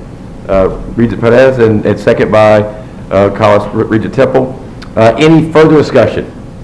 Let me just mention one other thing since we have Dr. Butte here. So the recommendations are to have a robust investment. We're pursuing $11 million, remove the target, and then have a statewide task force to review all of the information and analyze it to bring any additional recommendations forward. So I just wanted to acknowledge Dr. Butte, who is here. She does have a full range of financial aid advisors and other counselors at the ready to advance this piece. So more to come, but I wanted to make sure acknowledge that statewide group that will be doing some work, additional work. Thank you, Commissioner. We have a motion and second. Is there any objection to the motion? Hearing none, the motion passes. Now, let's talk about the committee reports and recommendations. At this time, we will take up all the committee reports from earlier today together, unless there's an objection. So if any board member or anyone present wishes to take up any of the committee reports separately, please let me know and we can consider them individually. Is there anyone who wishes to take up any of the committee reports separately? All right, I don't see anyone saying they want to, so we're going to do it together. Hearing none, do I have a motion to approve all committee recommendations from today's committee meetings together? So moved. Regent Seal, second from Regent Temple. Any further discussion? Any objection to any of this omnibus committee meeting report exception? Hearing none, the motion passes. We'll now move to item 8, reports and recommendations from the Commissioner. Dr. Reed. Thank you so much. First of all, so glad to see everyone. Just excited to be back together and continue to do this good work together. Just really, really grateful to be able to do that. As you know, and has been mentioned, we have lots of phenomenal data tools. Louisiana this last week joined the Census Bureau with what they're calling this post-secondary employment outcomes explorer tool. So they've added 4 states across the nation. You see the URL to the data tool there. It is a phenomenal tool, and I know that we're going to come back together as a board to talk about education to employment pipeline. But this is a tool that allows you to not only see the earning potential of credentials, but also to see where students in particular disciplines go, what employment, you know, if you major in business management, where do you actually end up going? And then geographically, it has a 50-state map, so you can click on a particular institution and see where did their graduates go. How many stayed in Louisiana? How many moved on? We are the first state to have HBCUs included, because we have 8, as you know. So now there are HBCUs included in this post-secondary outcomes data set. So I encourage you to take a look at that. Know that the chairman, I'm sure, is going to make sure we have a date certain to come together to do a more deep dive for board development around workforce skills and education to employment opportunities. So we'll look forward to that. The next slide, as you know, the governor has announced in terms of the mask that the mask will be retained in K-12, higher ed, and early childhood. We're continuing to see great partnerships with our campuses, providing clinics for vaccines and trying to make sure that we are addressing vaccine hesitancy. But we're also doing COVID conversations to really learn lessons from the field. And so I have 2 scheduled, one with the Digital Inclusion Task Force. As you know, digital divide was significant, continues to be significant in our state. And also we want to hear from faculty. And the question we always ask is, what's the learning? when we move beyond the pandemic, what do we want to keep and what do we want to remove as we think moving forward. So I will continue to share that learning with you, but really appreciate the opportunity to continue to talk to individuals who have walked this difficult, challenging journey for the last 14 months as we move the work forward. We also had lots of people to celebrate, but we know that the MVPs in our office are certainly our administrative professionals. And so we had a phenomenal breakfast to recognize these 8 women who are making it happen each and every day for our organization and keeping the trains running on time and the meetings moving and the zooming. And so to all of our admins, we love you and we appreciate you, and we absolutely could not do it without you. So Absolutely. we're proud of them. And then finally, this is Tulane Day at the Capitol, and so President Mike Fitz will be visiting us at the Board of Regents with our staff this afternoon. He's been an outstanding partner. Tulane has done so much to help vaccinate allied health students, faculty, and staff in a number of our campuses in New Orleans. And so certainly they've been a model for us also in some of the Title IX work and some of the success that they have in that as well. So we'll look forward to seeing him this afternoon and hearing more about the great things happening at Tulane. So with that, Mr. Chairman, that concludes my remarks. Thank you so much, Commissioner. Members, we do not have a May meeting. You get the month off. We're all working. We're not going to be here in person. We will stay busy. We'll be back in person on Wednesday, June 16th with our joint Bessie Regents Board meeting, followed by our regular meeting. In the meantime, we'll keep you updated via email on our progress at the Capitol. Get your forms filled in and give confirmation to our office so we can make sure you've, what's it, the ethics form? Yeah, ethics form, is that right? Yeah. Financial disclosure. There you go. Financial disclosure form. Yeah. One of those forms. And again, Chandler, congratulations on your graduation. Look forward to seeing you in June. I think you'll be back here for your last meeting then. Yes, sir. Any other business to discuss before the board today? All righty. Is there a motion to adjourn? Motion. Regent McDonald, second by Regent Temple. Any discussion or objection? Hearing none, we are adjourned. Thank y'all. Thank you. Regent Levy, we out early.